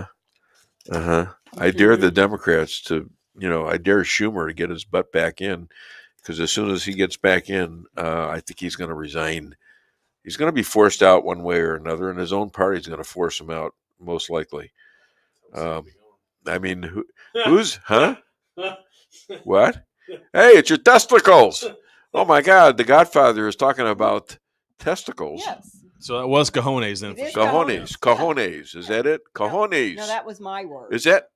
No, wait a minute. His is good. Is that Italian? Cojones? It probably is. Yeah. Watch your cojones. Cojones. Okay, pronounced cagones. Well, cagones. Okay, it's close enough. Hey, forget about it. Watch your canones. Yes. Thank you for that. And bring us some pasta someday, all right? I love pasta. I love pasta and ravioli and pizza. Pizza. I think we ought to sell pizza in McDonald's. What do you think? I think that'd be a go. I have an update. Bill Hardwick has texted and said, I almost said testicle on that one because of all this cojones talk here. Yeah, you got to do another jam? Yeah. Well, he said he's running late, but he's on his way and he'll be buying lunch today. So there you go. That's right. Yeah, we bet on lunch. So there you go. Oh, God, I wish I hadn't ate this morning. Now I got to eat lunch, too. I still haven't ate, so I'm good. All right, we'll bring you. He'll buy your lunch. How's that? So Trump is correct about his actions and in these cities, and they ought to be grateful for him because, the cities, have had a situation where now they're moving towards Trump. The people that normally voted for Democrats are going overboard to vote for Republicans because they're sick and tired and they figure it out under Trump. You don't have to live like this. After he fixed D.C. and Mayor Bauer said, you know what, we may have our differences, but he's done a great job there. And then with all the peace that he's done with Israel, and now the Arabs love him, and the Jews love him even more, except for really stupid ones like, well, Schumer. He's stupid. He is just so stupid. In the old days, Trump used to be a liberal. He used to give money to people like Schumer and Hillary and stuff like that. But boy, did they turn on him. And that was a mistake. Big mistake. So there's this gal running for governor in Virginia, and her name is Winsome Earl Sears. She's a black woman from Jamaica, and I think I talked to her once on the phone. Tried to get her on the show. I wasn't successful. She's still sending me. I might have even given her some money. I'm not sure, because now she's sending me money. I mean, she's not sending me money. She's sending me almost like demands for money, like I'm entitled, like she's entitled. But she's a great candidate. She's a conservative. She's running for governor of Virginia, and she's running against this real ridiculous candidate who had problems while she was in the military, and also is a big supporter of transgenders, apparently, a woman, no less, and transgenders in sports with girls. Has no problem with them running around in the bathrooms, transgenders with girls.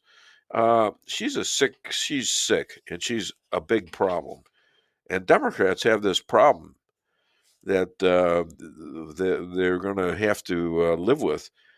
Jay Jones, he is running for, I believe, Attorney General in New Jersey, maybe, I think. And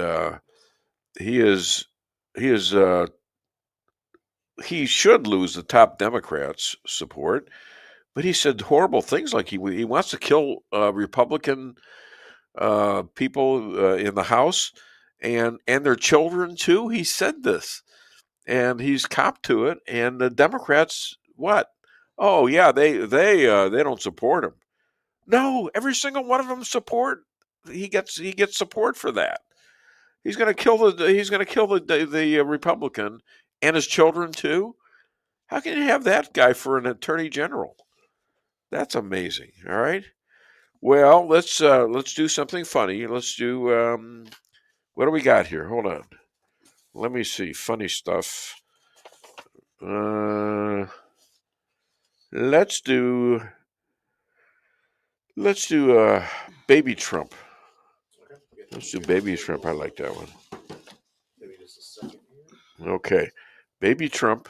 This is how they do this is amazing, and this one's especially funny, and I think you're gonna love this. So here it's coming up very shortly. Be patient. Be patient. And that's what my doctor tells me. Be a patient. But I fired him. So he tried to get me to take the shot. I probably would have been dead by now. All right, hit it. Are not struggling. This is the worst platform. Who put this stage up here? This is the worst. The freaking place is falling down. I noticed it keeps tilting further left. Like too many other things. But Americans are not struggling. This is the worst platform. Who put this stage up here? This is the worst. The freaking place is falling down. I noticed it keeps tilting further left.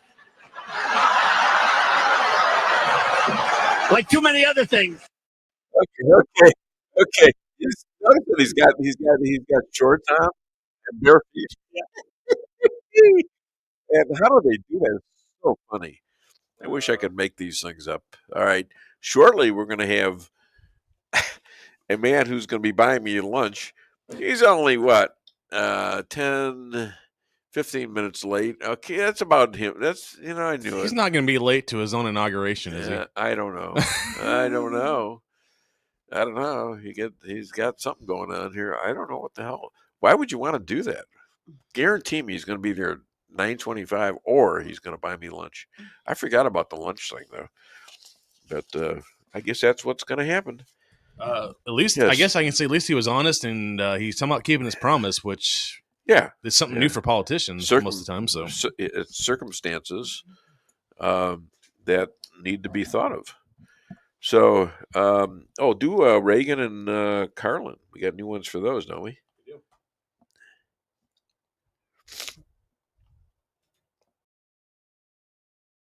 In football, the object is for the quarterback, otherwise known as the field general, to be on target with his aerial assault, riddling the defense by hitting his receivers with deadly accuracy, in spite of the blitz, even if he has to use the shotgun. With short bullet passes and long bombs, he marches his troops into enemy territory, balancing this aerial assault with a sustained ground attack which punches holes in the forward wall of the enemy's defensive line.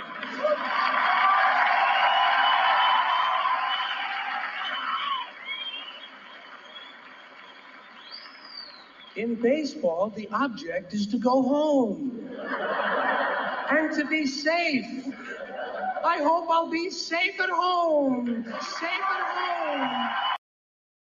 There was a fellow that was on his way to a mountain resort, and a policeman stopped him and said, "Did you know that you're driving without taillights?" And the driver hopped out of the car. He was so badly shaken that the officer took pity on him and said, "Well, now, wait a minute, calm down. It's not that serious an infraction." The fellow said, "It may not mean much to you, but to me it means I've lost my trailer, a wife, and 4 kids."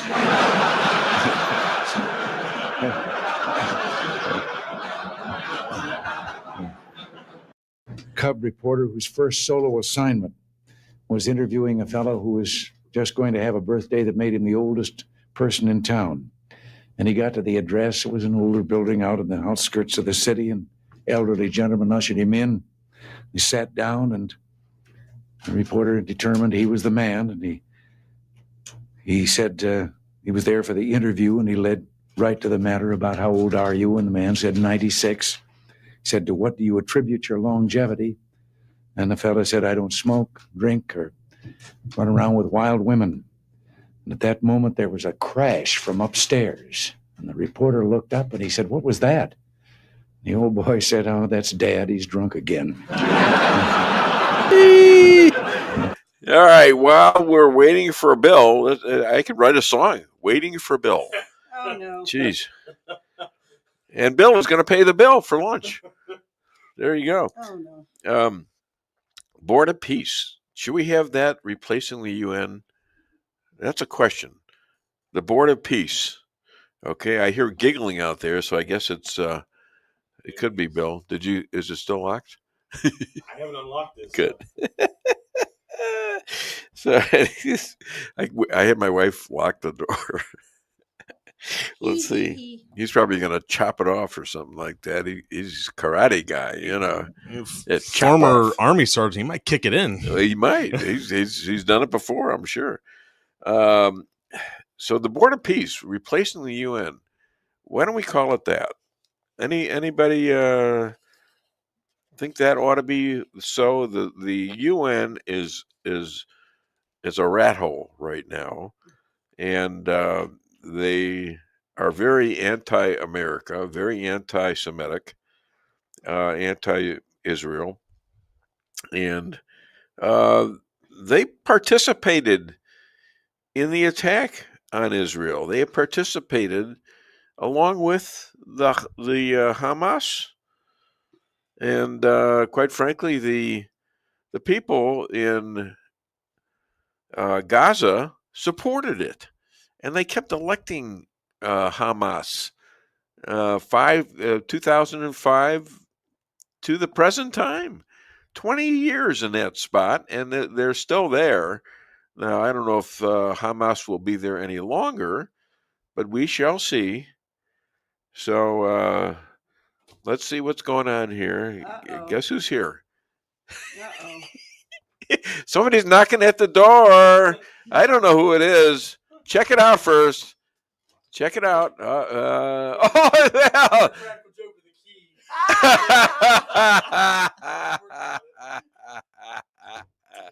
oh my gosh. It's only 15 and 10, 24 minutes late. 24? Yes. You said 9:25. I did. I said every week you go, man, you're running late. And this week, if I'm not there by 9:25, I'll buy you lunch. Yeah. Okay. I thought we'd have to lock it up because I wasn't sure if you were coming or not. And we don't want some bum off the road. I know it's almost like a cliche now that something's going to catch me up. I thought Mayhew might come in or something. He's like, I'm here. I'm here. Yeah, he would have had your spot. He'd be taking all your air away. Bill called me. He canceled. I'm going to step in. Look, I got your lunch today. Okay. Yeah. All right. Well, good to see you. You too, Dave. Yes. And so I'm glad you dressed for the show, too. That's a really pretty sweatshirt. Thank you. Okay, you're welcome. This man, he's an Iraqi platoon leader, believe it or not. He is a professor, philosopher, somewhat of a comedian, representative running for Senate. I better run fast if you're going to be late, though. And the fastest talker I know, please welcome, all the way from Waynesville, Missouri, Bill Hardwick. Thank you. He was late with the applause there. What's going on with that? It's a disease. Yes. It takes a while to gather all those people up to applaud for me on the show. I know. We try to keep it down because it's overtime. It's overtime. Right. So yeah, and the wages and stuff. Yeah. Yeah. Well, let's get into this. Leticia James indicted for bank fraud. Fannie Willis is punished, might lose her place in Georgia. Jack Smith indicted. Yeah. James Comey indicted. My question is, what about the judges? What about the judges? Yeah, the visa judges especially. FISA and the FISA, yeah. Yeah. They'd have to do something that was a crime. They commit the mens rea and actus reus. I think people talk about, was Trump prosecutes political enemies? The consideration should be, well, did they break the law? Did they misuse their official position?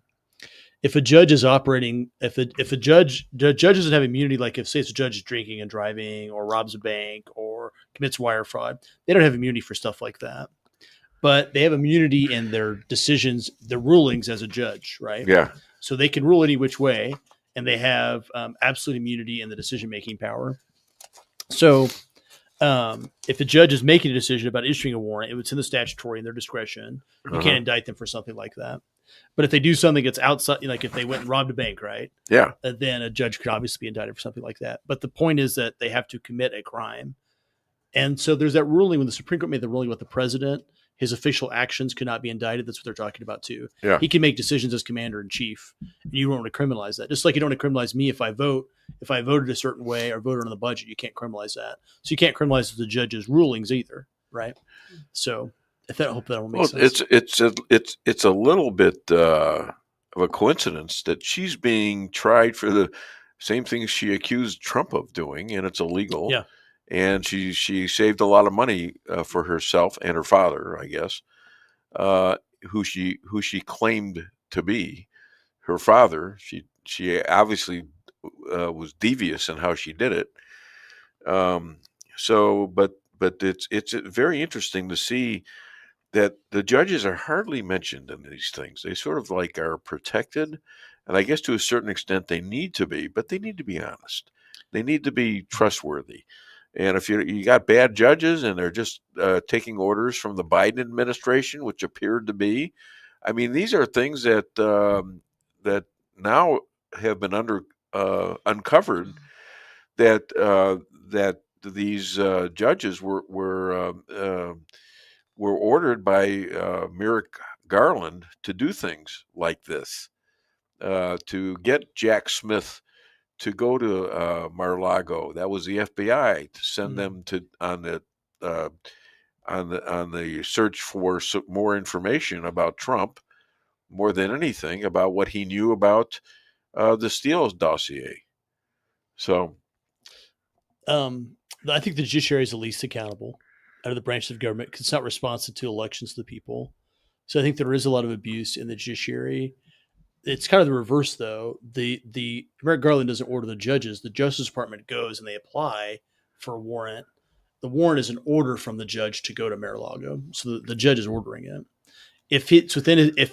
And there's requirements, right? It's going to be probable cause, particularly describing the places to be searched and things to be seized. But I think what you're pointing out is, even though the statute says that's how the judge evaluates their search warrant application, if the judges are going after the political enemies too, right? Yeah. They're going after the political enemies of Barack Obama and Joe Biden. Right. So is there any accountability mechanism for them? Right. And there's the impeachment of Congress. You know, Congress can remove a judge, Article 1 judge. Article 3 is the judiciary. But in Article 1, the powers of Congress, it allows Congress to set jurisdictions and number of judges and to impeach them. That's why I call them Article 1 judges, because their jurisdiction comes from Congress. Uh-huh. So, and that's what Congress probably should do. If there are judges that are issuing warrants that are inappropriate, that they are using their office to prosecute and persecute people who disagree with them politically, then Congress should step in. But so the founding fathers didn't mean, and Madison writes about this, Jefferson writes about this, that the judges would just kind of go off their own way and do their own thing. But the envisionment of the Constitution was that they would be co-equal and co-sovereign branches. That means they have to check each other. So just as much as the judiciary should check the executive branch, the legislative branch has to check the judicial branch. I think judges are a little weak at policing their own, is what seems to me. They're a little weak. They sort of have like a fraternity going on, and they're going to treat each other a little differently than others would treat them, as who are, have the FBI blow out their front door in the middle of the night with an order from maybe the Biden administration via whoever he sends to do that. You got James Comey now in jail. I mean, not in jail, but he's indicted. Did somebody break down his house and push him out in the middle of the night? Did somebody break down anyone that's in a problem area like that? Who's a FDI director? Was Ray? Was he kicked out of his house and been arrested? No, but they did that to people who were ordered by the Biden administration, whether it be by Biden himself and or ex appointees to the Obama administration, who went now and now we're with Biden. I don't know if Biden really knows what he was doing, but he's still a man that he's the reason Donald Trump is looking so good lately. I think, So, anyways, I want to play the clips, the Josh Hawley clips. Did you hear those? With the Pam testimony? Yeah. Yeah. I want to play the last two of those.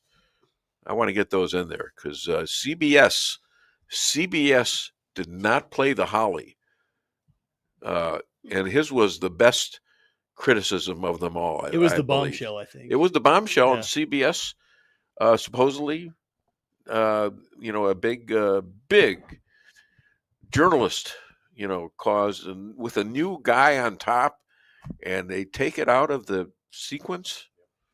All right, hit it. Let's remember Mark Houck and the pro-lifers who were prosecuted for what? For going to a clinic, an abortion clinic, and praying on a sidewalk outside an abortion clinic. This is Mark Houck and his beautiful family at Mass. This man, at the direction of Joe Biden's FBI, this man had an FBI SWAT team come to his door in the early morning hours with his beautiful children there, terrorizing them with weapons drawn. He was then arrested and prosecuted. And fortunately, a jury acquitted him.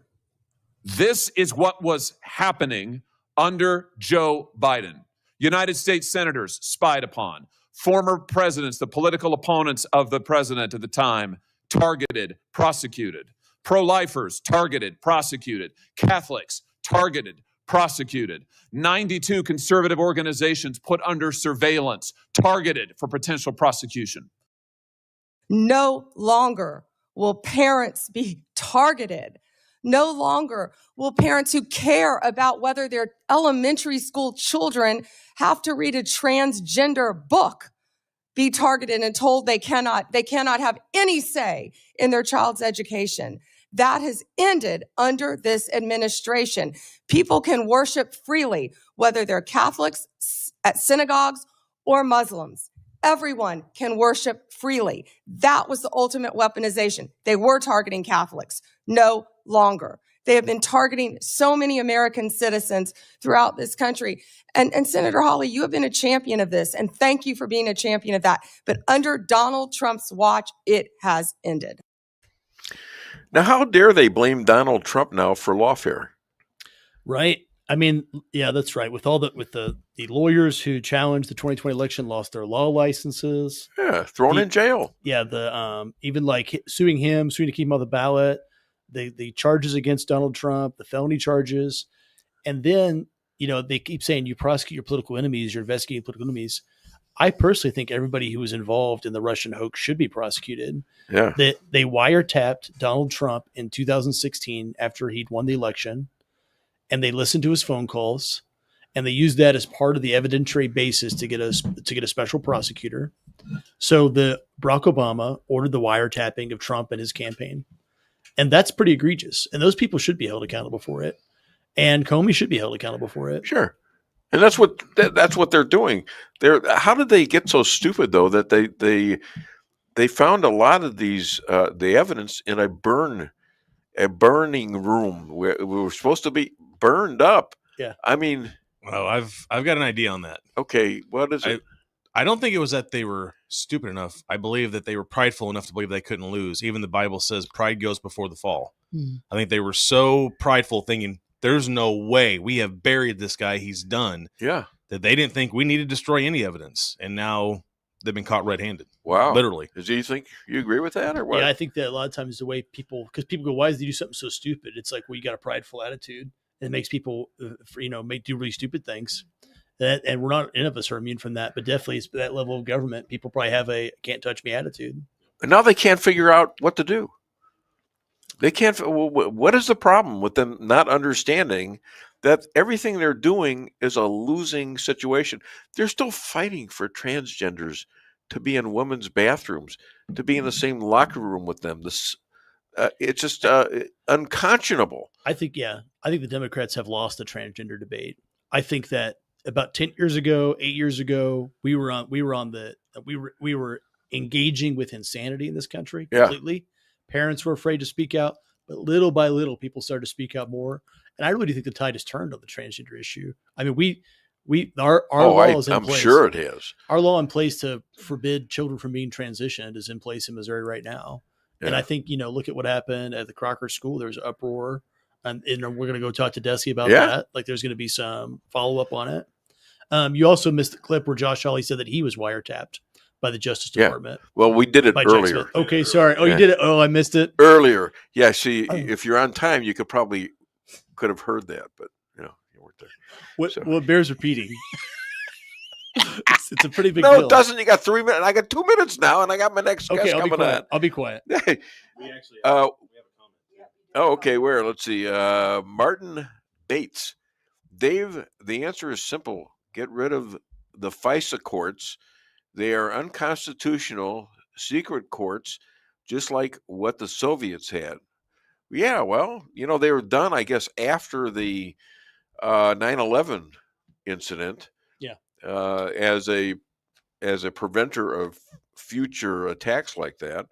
So he's probably right. Their time has come and went, I guess. Yeah, that's actually a great point. We mixed national security and espionage with the court system, and that was probably a pretty bad idea. So we created secret courts that are classified, that you can have a warrant that searches your home, taps your phone, And there's no way for you to send your lawyer in there and say, "Whoa, hold on," right? There's no accountability for it because it's all classified. So we probably should have never mixed the judiciary and our intelligence services like that.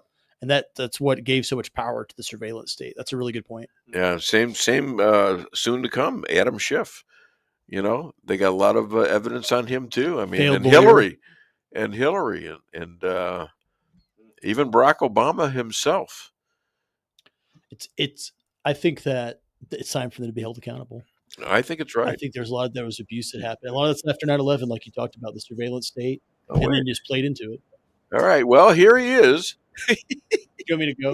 No. Hang out. You're going to love this guy. This guy is, you know, he sent us a bio, and I've got to get a bigger show for this guy. I mean, it's amazing. Not that you're not important. Now, don't get me wrong, but he's right on time too. Excuse me. For 14 years, I'm going to read this now because it's important.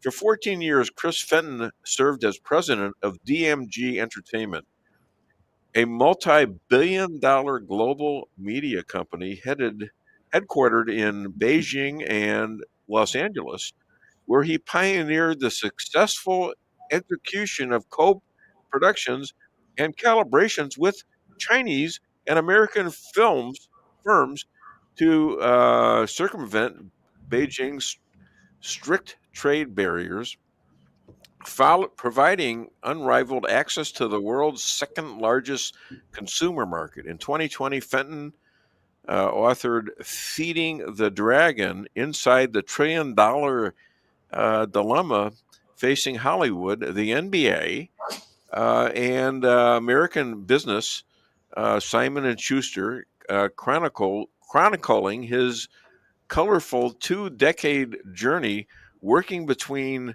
the global superpowers.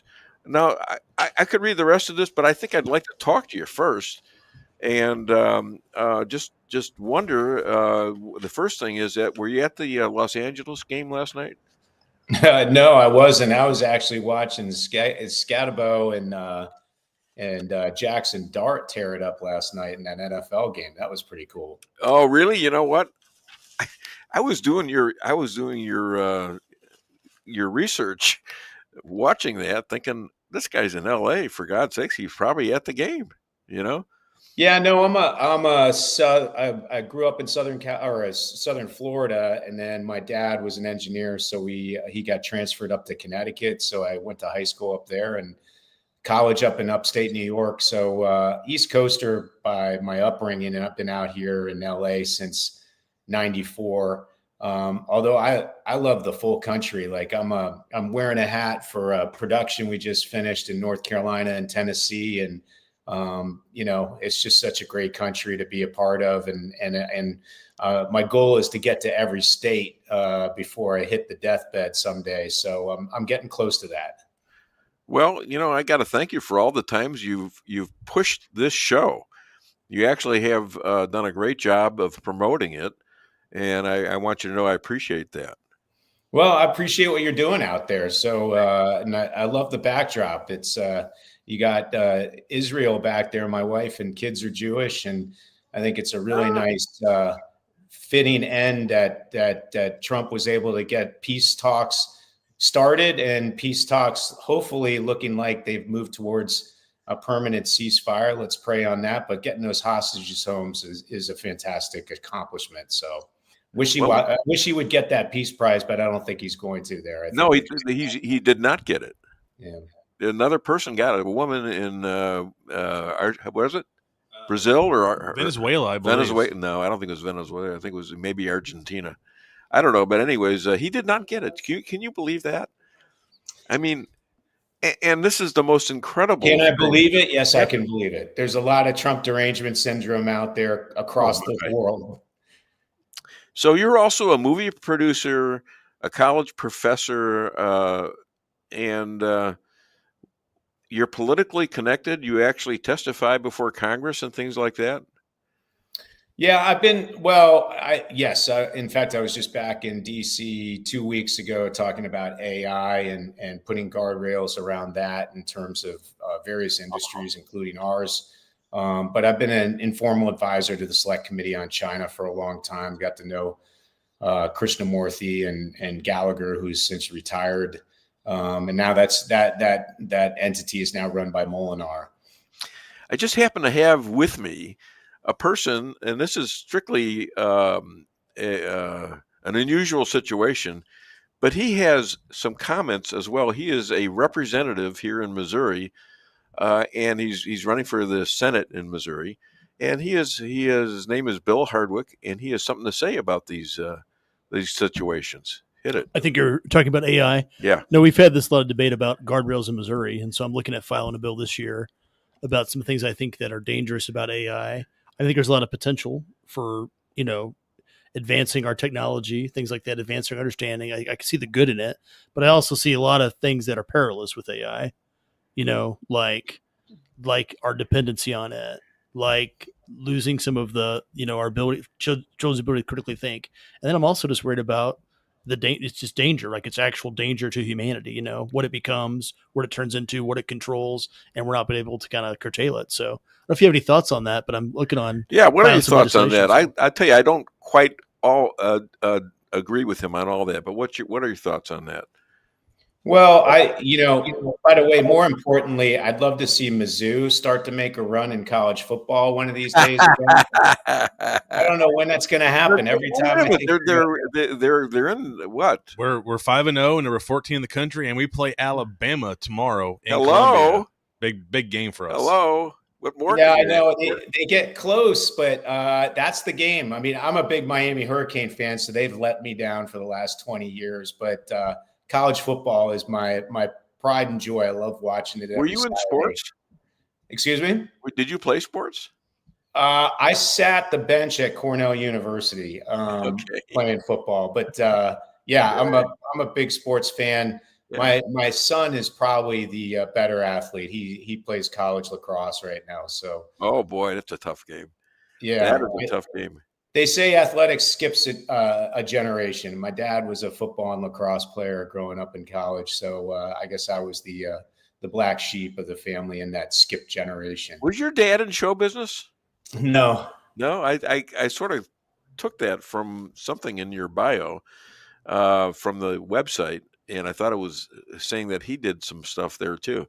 Yeah, no, I came out in '94 after sort of traveling the country and sleeping on fraternity couches for about 8 months while I tried to find myself a little bit. It was probably the best 8 months of my life, to tell you the truth. And ended up out here just visiting and never left. It's 72 and sunny. The people are beautiful. And at the time in '94, Hollywood was really booming. I knew nothing about it, but it looked like a great opportunity to get into, which is much different than it is today. But to get back to that AI question, there's just a lot of levels on it. Your Senator, Josh Hawley, has been a huge proponent on the case of we got to win these races with China across the Pacific in various areas.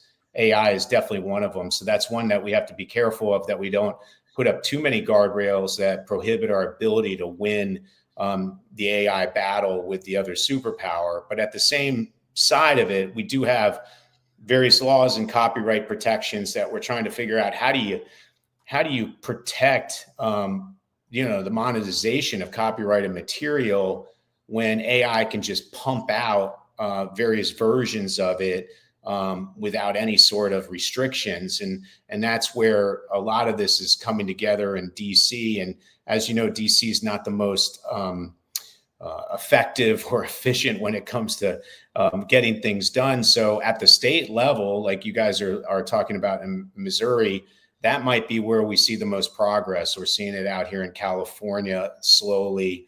As you know, we have our own issues out here in this state too. But it might be easier on a state level to try to get some things passed that hopefully are replicated on a federal level. Well, to me, it's just as an average user, I look and ask a question. Usually you get answers from both sides.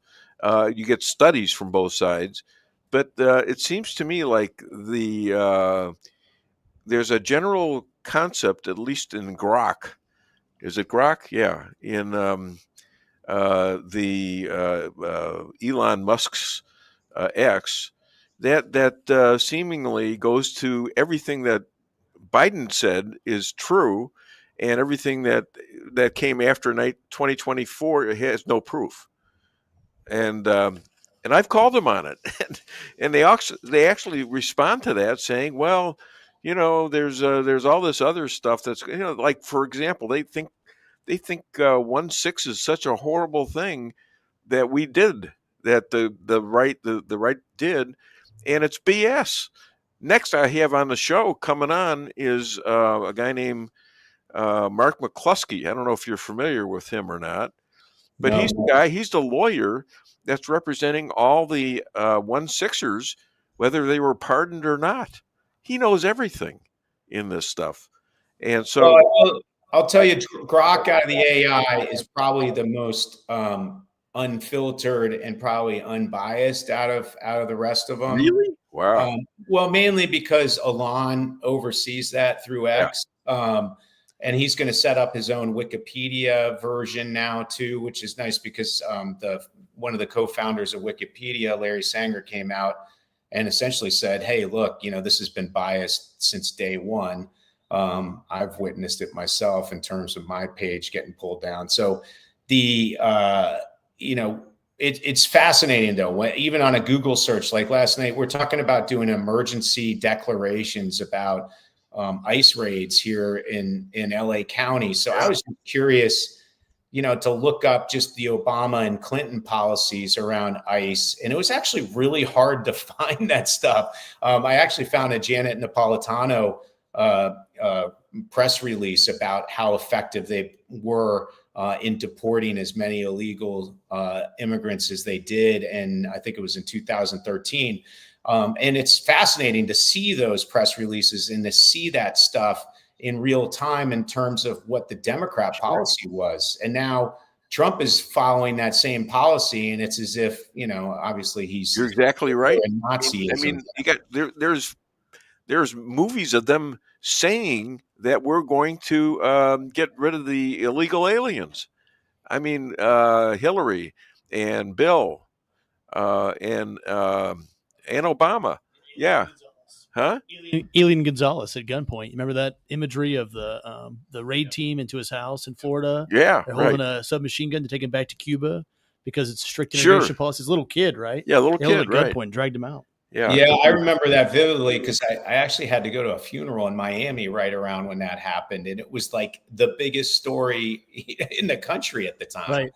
But, and then on top of it, the media hasn't done it any favors at all in terms of trying to muddy the difference between immigrants and illegal immigrants. If you read about this, right. You think they're going after immigrants, which, by the way, we're all immigrants. Like right. we've been immigrants, maybe generational, advantages as far as how many times. I guess you could say even Native Americans were immigrants. They came from other places. Who the hell was here in the first place, anyways? Well, yeah, you go far enough back. I think we all started in the same spot. I think we were all descendants of Lucy, the what was it, the Homo erectus, first sort of form of humanity way back when. Yeah. So let me go a little further into what else you do.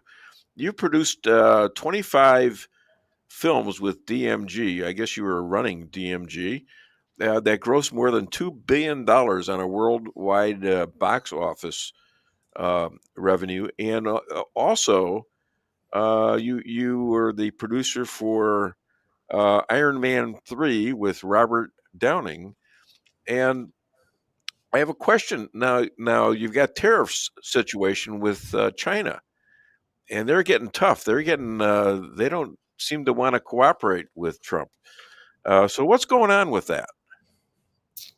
Well, there's the tariff. Obviously, there's a reciprocity that needs to be rebalanced in terms of trade policy, particularly with China and various other markets. China has really taken advantage of us in terms of a variety of levels, in terms of export taxes to revenue taxes to quotas and trade barriers and obstacles, and lots of our companies that aren't even allowed access to that market on top of the tariffs. So the rebalancing of that dynamic has to get done. And as you can see, the Trump administration's been pushing that pretty hard. He's also been talking about putting tariffs on top of our film business, which I would argue is the punishment side of trying to incentivize studios to reshore the manufacturing of what we do best in the world, right? Which is to make What do you mean reshore? You mean do it in the States? Yeah, because since 1994, we started offshore a lot of our production. A lot of, most people don't know this, but it's not even a California issue. We've been. Was it cheaper to make the movie then? Yeah, it's way cheaper because, well, you have union issues. By the way, I got a sun glare that's going on here, so that might create a little VFX effect on me here. But you have essentially currency issues, which obviously Canada can use really well with us. There's union issues. There's huge national incentives to bring down the costs. In fact, if you shoot something in, say, Manitoba, Canada, you can get as much as 50% of your spend back by shooting a movie up there. We don't have a federal program. We just have state by state programs. So like where we shot this movie, Bad Counselors in North Carolina, there was a 25% rebate, but we still have a pretty strong currency. And we also have union issues and all that other kind of stuff. So it is expensive to shoot in North Carolina, but that 25% rebate helps. If we had a federal incentive on top of that, that would incentivize us even more to keep production here. So there's the reward side of reshoring production. And then there's the punishment side, right? Which is the tariff idea. That's a tough one to implement in terms of the way movies are made and television's made. But I can see the argument as to why he's doing it. It's almost like raising a kid. You got to have, keep them out of the cookie jar. You got to reward them for things. But then on top of it, you got to punish them for things too. It's a balance. As somebody as part of the industry, I would love it just to be all rewards, but I can see where he's going there, and it'll be interesting to see if he can figure that out, because I'm 100% a believer that we need to make our best content, our television film production here in the U.S. Well, when I found out that you were you were the producer of Iron Man 3, I was actually a production executive, but overseeing it with various others. Yeah, something to do with it, obviously. So, I mean, that was so cool because I thought it was a deep dive into really great movie. Robert Downing Jr. Was multifaceted. It didn't have too much of the typical action picture kind of thing for Marvel. And I thought it was really intelligent, and the action wasn't overplayed. It was a human. The movie should have made, say, half of what it made, but what drew big audiences in was the relevancy of Tony Stark, who's Iron Man, losing the ability to be Iron Man, and having to find what it is to be Tony Stark without that power, right? Like all of us have experienced that, right? You have this big, powerful job, or you're on the radio or whatever it is, and you lose the job. And suddenly you go, wait, I lost my identity. No, you didn't lose your identity. You think you lost your identity, but your identity is you, not the chair you sit in. And that was sort of the story that I think resonated with a lot of people. Well, you said that in a way that made me sound like I knew what I was talking about.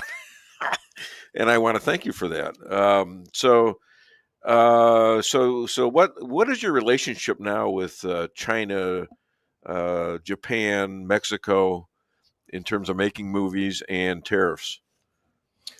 Well, China's a longer story. And I wrote a book in 2020 about what I saw was happening, eventually too late. But we taught them, in order to sell them fish, we had to teach them how to fish. So to get our movies in there, we had to teach them how to make world-class movies, which we did extremely well. So now China makes their own movies for their own market, to the point where that last Avengers movie, which made $2+ billion, well, guess what? They made a Chinese movie called Ne Zha 2 that made over $2 billion just in their market. just there. Wow. So they don't need us anymore. So that market has disappeared. We don't need to shoot movies there anymore because the upside's not there. So take that out of the equation. And by the way, that's happening to every industry. Every industry that gets access to China, they essentially rape and pillage it and steal the IP and steal the process. And then they make domestic competitors that kick us out of the market. That happens in every industry. It's happening to Elon Musk with Tesla right now. It's happening to Nike with Li Ning. It's happening across the board. So anyway, China. Japan is a great market for us. It's difficult to make movies to get in there, but it's a great market. We don't shoot a lot there, but we like that market as far as monetizing it. Mexico, we shoot a good amount of stuff down there. It's a good market for us. It's a good ally. But it's not a huge production hub. The big production hubs for us, where we actually offshore 60% plus of our manufacturing, is the United Kingdom, Canada, Australia, South Africa, various parts of Eastern Europe. Those are the big sort of markets that we do a lot of production in. Okay, well, we're getting down towards the end. Trump, peace in Israel. And he did not win the Nobel Peace Prize, ridiculously. I mean, it's so obvious how good this is. What's going to happen to the Middle East? You got any predictions on that in terms of are they going to abide by the Hamas agreement to do this? Are they going to have problems? Is there going to be a major shift in the way Arabs take on maybe more business-like attitudes instead of worrying about killing Jews?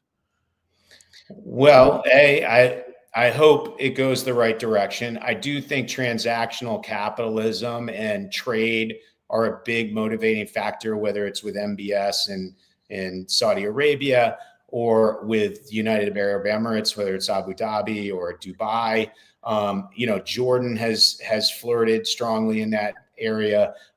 Egypt actually is coming back online in sort of a strong way. So I think we're going to see a push that capitalism will create this glue that essentially keeps this puzzle piece that keeps trying to break apart together. But you need a little more than just capitalism. Like, you need an emotional, cultural engagement. Hopefully, our movie television business can keep a little of that. UFC obviously has been over there a lot. Our sports, whether it's soccer or golf or whatever it is, creates a little bit more of that emotional glue, that attachment that's crucial on top of the transactional capitalistic bonds. So if we keep, say, 2 of those cell tower beams alive, because we're not going to get there on national security or political or human rights issues, then we have a fighting chance, and I'm going to be optimistic about it.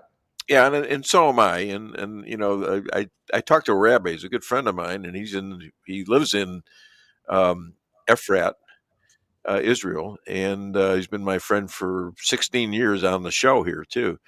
And he's got a son that was a tank commander in the IDF, and he's cautiously saying, "Yeah, I want to be positive about this, but I don't want to get my bubble busted here, because it's bad stuff has happened before." So I think he says he thinks at least for the time being it's going to work. But it's a long time, and we'll see what happens. But I hope to God that these Arabs will adjudicate as, what are you doing? Oh, it's my wife, by the way. Yeah. She's always got to, push me and shove me a little bit. Anyways, having the peace is a tough thing in the Middle East, and I'm a little paranoid. As I was on October the 6th, 2023, when I told the rabbi, I says, "Are you guys sure everything's secure?" And he said, "Yeah, why?" I said, "I don't know. I'm just thinking about the 1972 attack, and I just don't feel like things are the way they ought to be. And I said, everything's fine, Dave. Something can happen, but the United States has it, and we have a good intelligence and all that. And so I was just not ready to accept that. 6 hours later is when they attacked. Okay. And I think it pays to have a little paranoia in your life too. What do you think? Oh, 100%. I mean, I was just going to say, like, October 5 of 2023, I think everybody thought, hey, peace in the Middle East, we're okay right now. And then obviously all hell broke loose. So yeah, you just don't know. And then obviously the Gaza Strip is going to need a lot of help. And I'm not exactly sure where that comes from other than the U.S., which, by the way, is going to be an issue because there's a lot of people that need help in this country too. And I'd like to see that region actually come to help out the Palestinians in Gaza to try to get them back online in a way that essentially keeps them content enough that they're not radicalized, right? Because that's key. I mean, if anybody is starving or doesn't have resources, they are going to move to an extreme end of the spectrum. And, that two-state solution thing is very difficult to pull off. So although Trump sort of is edging into that, I don't think it's possible. I mean, if he puts casinos along the beach there, maybe they'll get preoccupied. I think that's what's going to happen. I think that's what's going to happen. They're going to develop it. They're going to partner with the Palestinians, and it's going to be like a Beirut used to be, So anyhow, college. One last thing. This is the last thing. College. You're a college professor, and you teach at USC. Is that correct? Yeah, at University of Southern California, not South Carolina. That's what I meant. Yeah. Isn't it USC in Southern California? Or? Yeah, it's USC, but it's funny because sometimes I do shows that are in the Southeast, and they're like, "You're at South Carolina." I was like, "No, the real USC." Okay. Well, I read the bio and I read your site, so I knew that, I guess. But what do you teach exactly? I teach the business behind the business. My class is called From Idea to Screen. So which is very difficult nowadays because AI has disrupted so much of the ecosystem, as has tech disruption. So teaching 20-year-olds what to do for the next 45 years is a bit of a challenge. But a lot of it, as you guys know, and your house rep that's in there, it's like it's all about grind, networking, and working your butt off. So that will always present opportunities. Well, I got to thank you, and this was very enlightening, and maybe we can do this again sometime. And I think we're going to get you other than Dave Weinbaum show. Where can people find you and your movies? Well, I'm pretty active on Twitter or at X or Twitter. My handle is called @TheDragonFeeder, and that's probably the best place to find me. And I share a lot of my thoughts, whether people like them or not. But I'm always trying to be constructive and always solution based with anything that I come up with, because just screaming at the wall as your government official in the room knows, it doesn't get anything done. You got to actually accomplish something and be constructive. I was almost elated. I was in sixth heaven. Ladies and gentlemen, let's hear. All right. Yeah, okay, that's good enough. Don't play the other one. We also play another one, Eddie Murphy. Go ahead and play it. He's not going to get pissed off, I hope. What do you know from funny, you bastard? All right, that's enough. No. All right, thank you so much. Thanks, guys. Have a great weekend. And have a great weekend, too. Take care. Right. Bye-bye. Whoa. What do you think of that? What? The you know what? The Eddie Murphy thing? No, the whole interview. I think it's super fascinating. I think I'm a big movie industry guy and how it works. I think movies it's amazing how they make them and they're creative. And I think the concern about AI is a real thing too. in maybe 6 months, somebody could just type in prompts for a movie. Sure. And they'll make a movie just as much as the industry. So what does that mean? I don't know.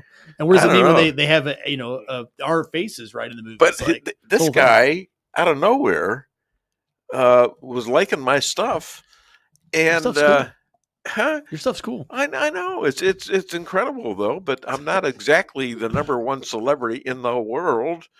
But that was something else, and he kept on pushing my show and stuff like that, and I just like your Siskel Ebert review of Iron Man 3. I think the real is like a lot of heart for a Marvel. It's like that's pretty cool. You're just like breaking down Iron Man 3. That was like really fun. I think I broke it down, and I think it was truthful, and I think it was an excellent movie, more so than some of the other Marvel studios, which is getting all the characters time and all that stuff. Yeah, it focused on the Iron Man. There was maybe another couple characters in there, but you know what? It was his fight with his identity, right? And he had a girl involved, and she became more important to him and stuff. And it was a great movie. I haven't seen it. I saw it in the theater like 10 years ago. Yeah, and I just watched it once, but yeah.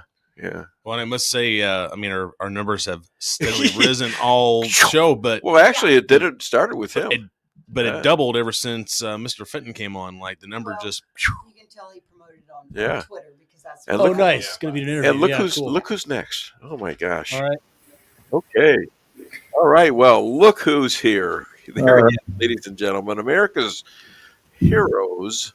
I say heroes because I want to include his wife, but she's not here. They faced off like 350 Antifa, Black Lives Matter, and silenced them with 2 words: private property. And here he is on the show. Please welcome Mark and Pat McCloskey, although Pat is not there. How are you? But she's here in spirit. Okay. Well, that's a nice segue into peace in Israel. Yeah. What do you think of that, huh? Well, I was looking at the 20-point peace plan this morning. Yeah, and how do you spell the word program? Program or program like what you're on right now. Gram. Yeah, you know how the rest of the world spells it? No. Programme. Every time program appears in this document, it's spelled that way. So nobody in America drafted this document. Well, there's a word called program. Yeah. No, the program is what started all this about 115 years ago. Bingo. Yeah. Bingo. Yeah. So you're studying the UN version of the English language there. Well, yeah, and I got to tell you, this document is so full of globalist key phrases. First of all, they're going to put Tony Blair, of the Tony Blair Global Initiative, in charge of Gaza. I mean, wasn't he the guy that started the Iraq War along with all the liars in America? Put him in charge of a peace plan. Okay, the guy that couldn't get enough blood and guts in Iraq. But this is what we're going to put in charge of Gaza. All right. By the way, you remember Netanyahu at the United Nations 2 weeks ago saying that there can be no 2-state solution. There can be no Gaza. They have to be eliminated because 95% of all the Palestinians support Hamas, and anybody that supports Hamas can't continue to live. But anyway, we're going to set up a technocratic, apolitical Palestinian committee. Technocratic, apolitical. Doesn't sound like the globalist definition of you will own nothing and be happy. Then it says a new international transitional body, the quote, Board of Peace, unquote. Quote, Board of Peace, unquote. Yeah, instead of the UN, they want Board of Peace. Yeah. Does that sound like the quote, Patriot Act, unquote, or the Inflation Reduction Act? No, it's Donald Trump. It's Donald Trump. Okay. He's got a ceasefire. Yeah. This body will be on the best, the body will call on best international standards, a convening panel of experts. Isn't this all the crap that we voted against? The technocrats running us, and eliminating the voters and having the world run by a panel of experts, because God knows these white tower, ivory tower aristocrats in D.C. and everywhere else in the Stockholm and can you be happy for just a moment? They're not shooting at each other anymore. They're not killing Hamas is not taking any more hostages, at least not yesterday or today. Yeah. They're sending them back, and Yeah. so can't you have a day or a week maybe of peace? For goodness sakes! One of the things that I hate, for God's sakes. If you look at my X feed, the thing that describes me as fighting against totalitarianism for 45 plus years, right? This whole document, it just contains all the standard globalist language, including all the new things. Now it's not Gaza anymore. Now it's, quote, capital N, new, capital G, Gaza. So now we have a new entity called New Gaza that's going to be ruled by a panel of experts and an international stabilization force. Doesn't that sound like the UN army that we're always afraid of here in the United States? Yeah, it sounds weird, and it does. And we're sending 200 troops to Gaza. Whatever they're going to do, it's not going to be much. I don't understand that. I don't understand a lot of stuff. All I know is they made a big step forward. Okay? Yeah, I agree with that. But Yes, here it was. Yeah. But of course, what did Trump say last week? We're going to give the Hamas the opportunity to agree with this peace plan, or we'll kill them. Right? Yeah. That's not a negotiation. No, he didn't say that. He didn't say he was going to kill him. Oh, I know. He said I'm going to send tell Bibi to do what he needs to do. Yeah. That's about what he said. He didn't say to kill him. Yeah. Let me. Yeah, I'm sitting here with a couple of lawyers. No, By the way, I have Bill Hardwick here. Yeah, I see Bill another Hardwick. fellow lawyer. You know him, don't you? Technically Oh, speaking. Yeah. No, that's exactly how you negotiate. Do what I want, or it's going to be terrible for you. Yeah. I mean, Yeah, and he's very good at that. And so, yeah, we'll see what's going to happen. And I got to add in that he's just, if you're listening to President Trump and he says, do what we say or we'll bring all hell loose on you, you know that he's the guy that might actually do that sort of thing. It's a pretty good exactly. He's got credibility. Yeah. Okay, he's got credibility, and I think he has a lot of credibility with a lot of the Arab states, and you're going to see a Abraham Accord convention coming on with different countries. You might even see Iran at one of these. Okay. Yeah. So we've been setting up. I did a whole 2-hour program on this recently, right before I gave up my radio program, on how the United States government has created every government in Iran for so as long as there's been a CIA,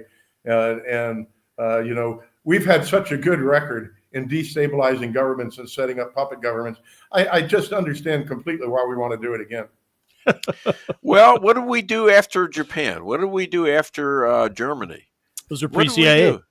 Huh? Japan and Germany are pre-CIA. We're still there. Well, I guess the point is that after Japan and Germany, which are OSS, right, pre-CIA, then Eisenhower. What's PCA? I don't know. The OSS. We had intelligence services before the CIA. Yeah.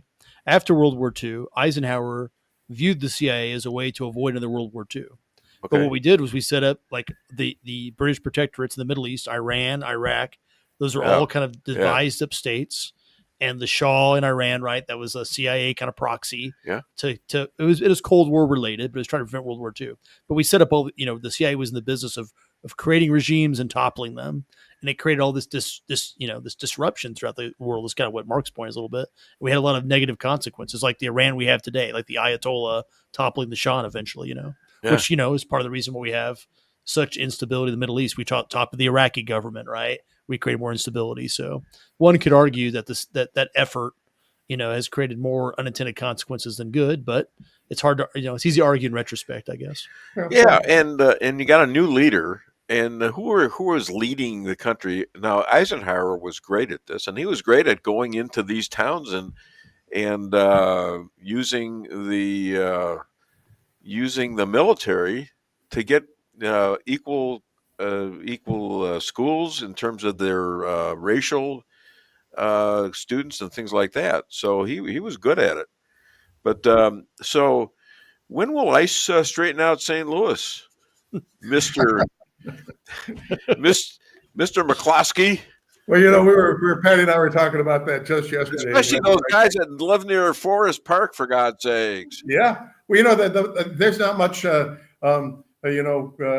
MS-13 behavior in St. Louis because the black gangs are so frightening. None of the Hispanic gangs want to be in here. Well, you stood up to a couple of them. Oh God, yeah. And Cori Bush is running for election again, right? So we she announced last week that she's going to challenge Wesley Bell. She's going to primary him. So, but of course, the Jewish lobby put $8 million against her in the last election to get Wesley Bell elected. And they're because she's a good anti-Semite, and so they're going to throw all the money in the world against her again this time. Thank goodness. Yeah. Thank goodness. Yeah. But of course, Wesley Bell has been absolutely absent. I mean, he's allegedly. I've got a house in St. Louis still, but I vote in Franklin County. That's where my farm is. Yeah. Wesley Bell has been absolutely silent. I haven't seen him take any position on anything since he got elected. So she might win. God knows. God knows. We've got this young lady from my own prep school who's now a congresswoman from Texas, right? Yeah. Jasmine Crockett. And if she can be a congressman, anybody can be a congressman. Yeah, well, you can have tea with you can have tea with Corey, and just suck up to her, I guess. I don't know. One of my fellow alumni from Country Day School called up the headmaster and suggested that we host a debate between me and Jasmine Crockett in the assembly room at Country Day, or now it's MICDS, to have the alumni from opposite ends of the spectrum have it out in front of the audience. So, okay, you were supposed to remind me of clips. I got a couple clips I want to run for you, and I want comments after it. So listen in. Don't just go away. Okay, don't fall asleep. You'll enjoy it. Blumenthal, I find it so interesting that you didn't bring any of this up during President Biden's administration when he was doing everything to protect Hunter Biden, his son. And I think you just saw what Director Radcliffe just released. This is an effort to be positive. If I can finish answering the question, I'm not going to yell over you. I'm not going to get in the gutter with you. But information that the Biden administration told them not to investigate Hunter Biden's involvement with Ukraine. I'm not going to be lectured to you about integrity by someone who lied about being in the military just to be elected a senator. Over 1,200 rioters were convicted of charges related to January 6th. President Trump has since pardoned nearly all of them. As if that weren't enough, last month there were reports that a lawyer for the January 6th rioters met with senior DOJ officials about setting up a compensation fund like the one that Congress set up after 9/11 to compensate these rioters. Ms. Bondi, is anyone at DOJ considering setting up a compensation fund for January 6th rioters? Yes or no? Senator, I have had no meetings or discussions about a fund. Okay, so that was Blumenthal, the first guy. Oh yeah. Second guy was Herona. Two real big geniuses, So what are your comments on that? Did you watch the whole Bondi thing? I did not get a chance to, although my clients have been sending me copies of that clip. She has not met with us. We have met with other people in the DOJ. I'll be quite blunt with you. I said this to all my clients when I got back. I was up meeting with them 2 weeks ago last Wednesday. And the first question I had was, is there any appetite at all in D.C. for compensating the J6 political prisoners? Yeah. And the answer is just a flat out no. And so that's the battle I'm up against. I know they're saying this to you. I can't DOJ. Those are things that I can't say, but I can tell you that I think there is a lot of. Let me do it this way. I don't think that most people in politics at the national level care about very much other than getting reelected. Reelected means huge contributions from the big PACs. I think that everybody thinks that the J6 issue is toxic, and they do not want to touch it before the midterm. And so I think everybody is going to just run from the concept, and I can go on for hours about how these J6 people were treated by the government and how they were abused and how it was intentionally designed to destroy them and their lives and their families. And destroy the Republican family as well, Republican Party as well. Absolutely. And the ultimate goal that day was to create a situation where they could have enough violence that they could pretend that Donald Trump had fomented an insurrection and therefore was incapable of running under the 14th Amendment. A lot of my clients, and I represent about 450 of them now, a lot of them will tell you that they were offered reduced sentences if they would just swear that Donald Trump was a ringleader of this organization, right? Which there was no organization. I said this to Enrique Tarrio the day he got out. I said, you guys were the worst insurrectionists in the history of the world. You go there with no plan. Enrique wasn't even there in D.C. No weapons, no plan. And holy crap, no wonder you didn't win, Well, you laugh now, but seriously, isn't there anyone else in that administration that you can say, look, we need this. You're going to get destroyed without this, because that's always going to live in the history. Well, look what you did. You have Pritzker in Illinois still saying, well, look at what they did in 1/6. You can't have that reputation tied around your neck as a Republican. And I can't tell you, so many of these people still can't get jobs. They've still been debanked. They can't get any credit. They're living in their cars. They're living in their mom's basements. And most of them did nothing more than walk through doors held open for them by Capitol Police, fist bumping the cops, singing the national anthem, using the restroom, walking back out, and then days, months, sometimes 3 years later, 50 FBI agents in full riot gear and a Bearcat in the front yard crash through their front door, haul them out in chains, parade them in front of their neighbors, and then do time in federal prison on misdemeanor trespass charges. Never happened before in the history of the United States. But I guarantee you that 3/4, if not 90%, of the Republicans in Congress wish the J6ers would just go away and die, because they're so afraid of the political baggage it will cost them if they come out and support. They're pardon my language, they're a bunch of goddamn cowards, and they would much rather they get reelected than stand up for and protect their fellow citizens. Well, it ought to be the case that without doing anything about it, they ought to get primaried. Yeah. Personally. Yeah. They call them rhinos. This is a rhino revolution, and it needs to stop, and you need to stop it.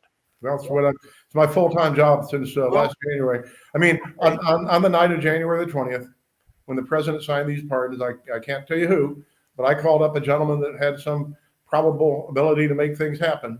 And I said, I sure hope there's going to be a compensation commission. And he said, I hope so too.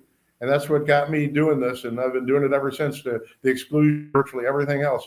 And I believe it has to happen. I believe it really will not happen until after the midterms. But, a lot of my guys won't make it to the midterms. I mean, that's still 13 months away. And these guys are really in desperate straits. There going to be a lot of suicides. There's going to be a lot of tough time out. Yeah, because they're not being saved by the right people, and you guys are the right people. What about your buddy Trump's lawyer? Oh, which one? Somebody up there. We got Todd Blanche, who's the deputy director. We've got Ed Martin, who's the weaponization czar now. And Pam Bondi. But the problem is you got who's devoting all of her time to this ICE stuff, and in the course, the president's just trying. I think somebody's listening in, and they're. I think you're being hustled right now. You there? I'm here. Hear me? Okay. Now, yeah, but it's. They blurred me out. The NSA did what I was saying. Right, it happens. Yeah, it happens.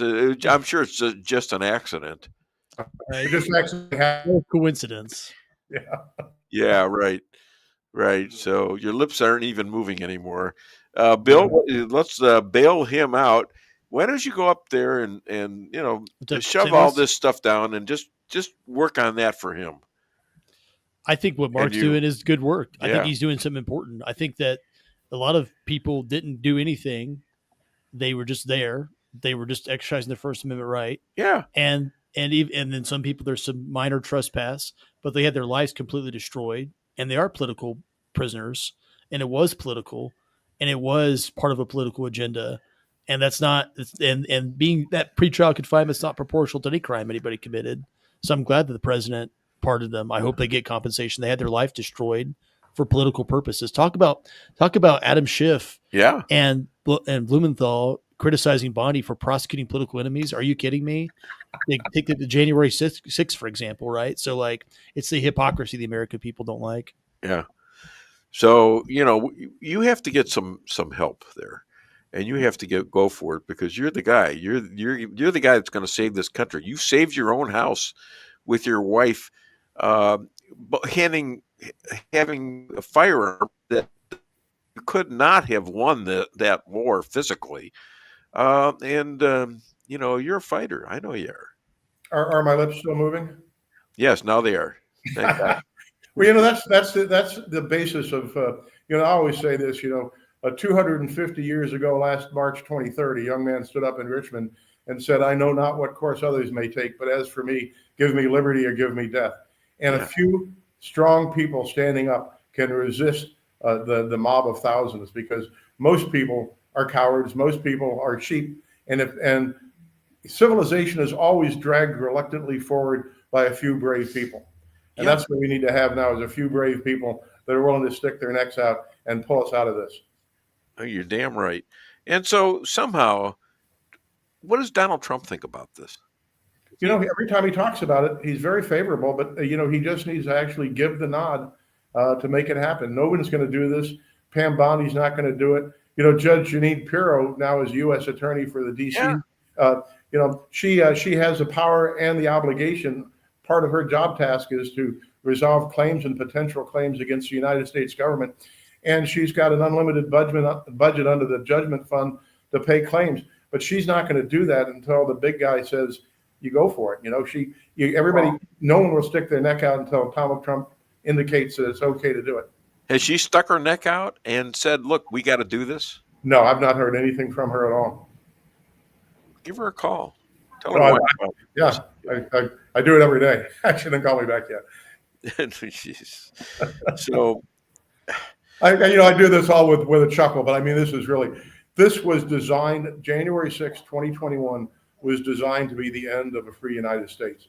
It was designed to send the general deterrent message to all the, am I still not talking? No, I can hear you. Okay. Yeah, you're coming through. Okay. I mean, it was designed to chill the American people. You stand up for your First Amendment rights and we will destroy you. The specific deterrence to Trump's most ardent supporters, that we will destroy you personally if you stand up for your rights. And then the hope that it would result in widespread bloodshed that could then be broadcast as a result of right-wing extremism, so they could round us up and seize all our guns and put us in re-education camps just like Pol Pot. And there you go again. But then he started to say what they're going to do. But yeah, boom. But that's what they were going to do. They were going to either encamp all of us or destroy us somehow, some way, even with mass murder. For goodness sakes, they talked about it in the Obama administration. They talked about killing 25 million people. Yeah. I think the number is actually 35 million people. Yeah. And we have the power to turn that around. We have the power to stop that.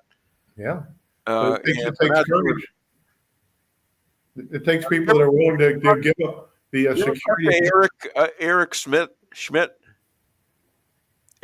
the senator from Missouri. Yeah. Should have been this guy named McCloskey, but no, it's Eric Schmidt now. I know. He beat you. I know that. Well, okay, whatever. But he's a good guy, and he's a good guy. Yeah. What does he say about this? I've not had any discussion with him about it. I've talked recently to 3rd District Congressman Bob Onder about it. He was shocked. Yeah. When I started describing to him what happened, he had never heard any of this stuff. I talked to Eric Burlison about it, and when people actually hear what's going on, they understand. But I think that there's a terror out there that if you raise your voice in support of the J6 insurrectionists, you'll forfeit your political career. And who's going to do that to them? Who? I don't know, the big donors. It's it is a toxic topic, and people that in our circle, and the people that are the J6 community, and the people that I talked to. I was down and talking to a We the People organization down in Cape Girardeau a couple of weeks ago. I'm doing another one in Perryville here coming up. Everybody says, well, how can there not be compensation? But the problem is that the few of us that understand are such a small minority that the powers that be think they can just ignore us and walk away. And they may be right, but I'm going to keep fighting this battle as long as I can. All right. Well, you keep me posted, and I'll do the best I can. I don't know. I'm not that good at this, but I'll do what I can. You know how I feel, and I know how Bill feels over there, and everybody in this room, right? You too, my wife, right? Yes. Okay. You okay? Sometimes. And Bill's got the big advantage of having a great knowledge of history. And history does repeat itself because it's human nature is human nature. And sure. I always say if you've got a room with 3 people in it, 2 of them want to be the boss. Yeah. That's good. Did my wife hear that? Oh. No. Okay. So other than Dave Weinbaum Show, where can people find and hire you and Pat? All right. It's McCloskeylaw.com, McCloskeylaw.com. On X, I'm at McCloskey USA. You can still catch all my shows on Rumble at Mark McCloskey on Fire. My phone number is 314-721-4000. And my cell phone is 314-580-3185. If you're out there, if you need some help, if you know anybody who's a J6 political prisoner, have them give me a holler. There is strength in numbers, and the more people, I've got these giant stacks of what's called SF-95 forms you have to file to preserve your right to sue the government. I've got giant stacks on my conference room table for 6 different entities, we're ready to unload a torrent. But until there's some indication that the Justice Department is going to do anything but reject all these claims, there's very little we can do. I mean, they filed a lawsuit. They filed a motion to dismiss Enrique Tarrio's case. They've been sending back to me all the SF-95s that I filed on completely spurious technical grounds, which don't exist in either the CFRs or the statutes. The Justice Department is still entirely hostile to this, at least at the functional level. Well, all I can tell you is this, and I hate to say this, but I tried to pay you respect, but no one had change for a quarter.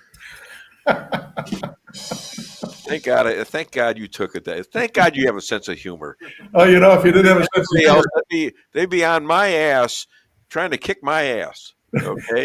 If you didn't have a sense of humor these days, you'd have to have a pistol. Well, I got that too. So but I don't really know how to use it. So what the hell? All right. Thank you so much. Hi to Pat. Tell her I want her on next time. Okay. All right. Because it was a very good segment. I appreciate you. Thank you, my friend. Oh, it's my pleasure. And thanks for giving me the voice that you allow me to have. Oh yeah. You're always welcome here. Thank you, and have a great weekend. Thank you too. Bye bye. Thanks for what you're doing, Mark. All right. So we got 4 minutes. Any comments on what you're hearing here? No, were you aware of this? Aware of what? The DOJ's hostility? No, not necessarily. I wasn't aware of that. No, not that. I'm talking about the failure to give relief to these 1-6ers. No, I wasn't aware of that. Okay, everybody here, and I have a pretty good audience today, so you understand that people were accused of insurrection, and the real insurrection was what they're doing to them right now. These people were thrown in jail without lawyers, without anything, and we can't have a country. It's going to come back on us again because we did nothing here. So I think it's important. Let's not forget that President Trump was sued before his second term. In a couple cases, he paid out millions of dollars on cases that, some of the details would seem to be pretty shaky, whereas we know what happened here, and yet now they don't want to give compensation. That just doesn't seem... And they want to keep using it as a club. Well, you guys did the insurrection, so you need to be punished. Well, the hell with that. We know it's not true. We know it was a lie. We know that it was a setup, is what it was, and it was a fraud. And we need to put that away, and we need to make that part of the history of what this country is going to become, because it'll go right back to where it was, and we can't have this kind of government and expect to thrive in this country. Would you say that's true? Yes. Thank you. Well said, Dave. So precise. Is it too late for me to run for office? No, it's never too late. You can't be a judge, though. I'm going to be 77 in 1 month. What do you want to run for? You run for my seat? No. You can run for your seat. It's a lot of work. I know. It's a lot of being state rep. It's a lot of. You're like, I gotta go. I'm late for the Dave Weinbaum show. Yeah. Well, there you go. Yeah. There you go. What? Okay, so but you can wear sweatshirts. I mean, you could be a John Fetterman of the Republican Party. I feel like it's a more populist Republican Party. If it was the Republican Party of the Bush era, I'd have to wear khaki pants and polo shirts. Yeah, that's right. But it's the post-Trump era, so I can wear blue jeans and hoodies. Well, I'll tell you what. I was really gratified by the amount of people who listened to the show today. They're still listening. That's great. I thank you so much. I feel like Jeff Durham and his dummies. I got to get him on the show too. It's the funniest guy I know. Is Jeff Durham? You know who he is? Yeah. Okay. Yeah, he's going to come to the show. That's cool. Oh my God! Well, I asked him. How do you get people like that if you don't ask them? Where are we going to lunch? Huh? I'm buying. Where are we going? Yeah, I know. Where do you think we're going to lunch, you schmuck? You know where we're going. We're going to McDonald's. Are there any good restaurants in town? We're going to McDonald's. All right. Thanks a lot. I'll be back with another edition of Dave Weinbaum next Friday.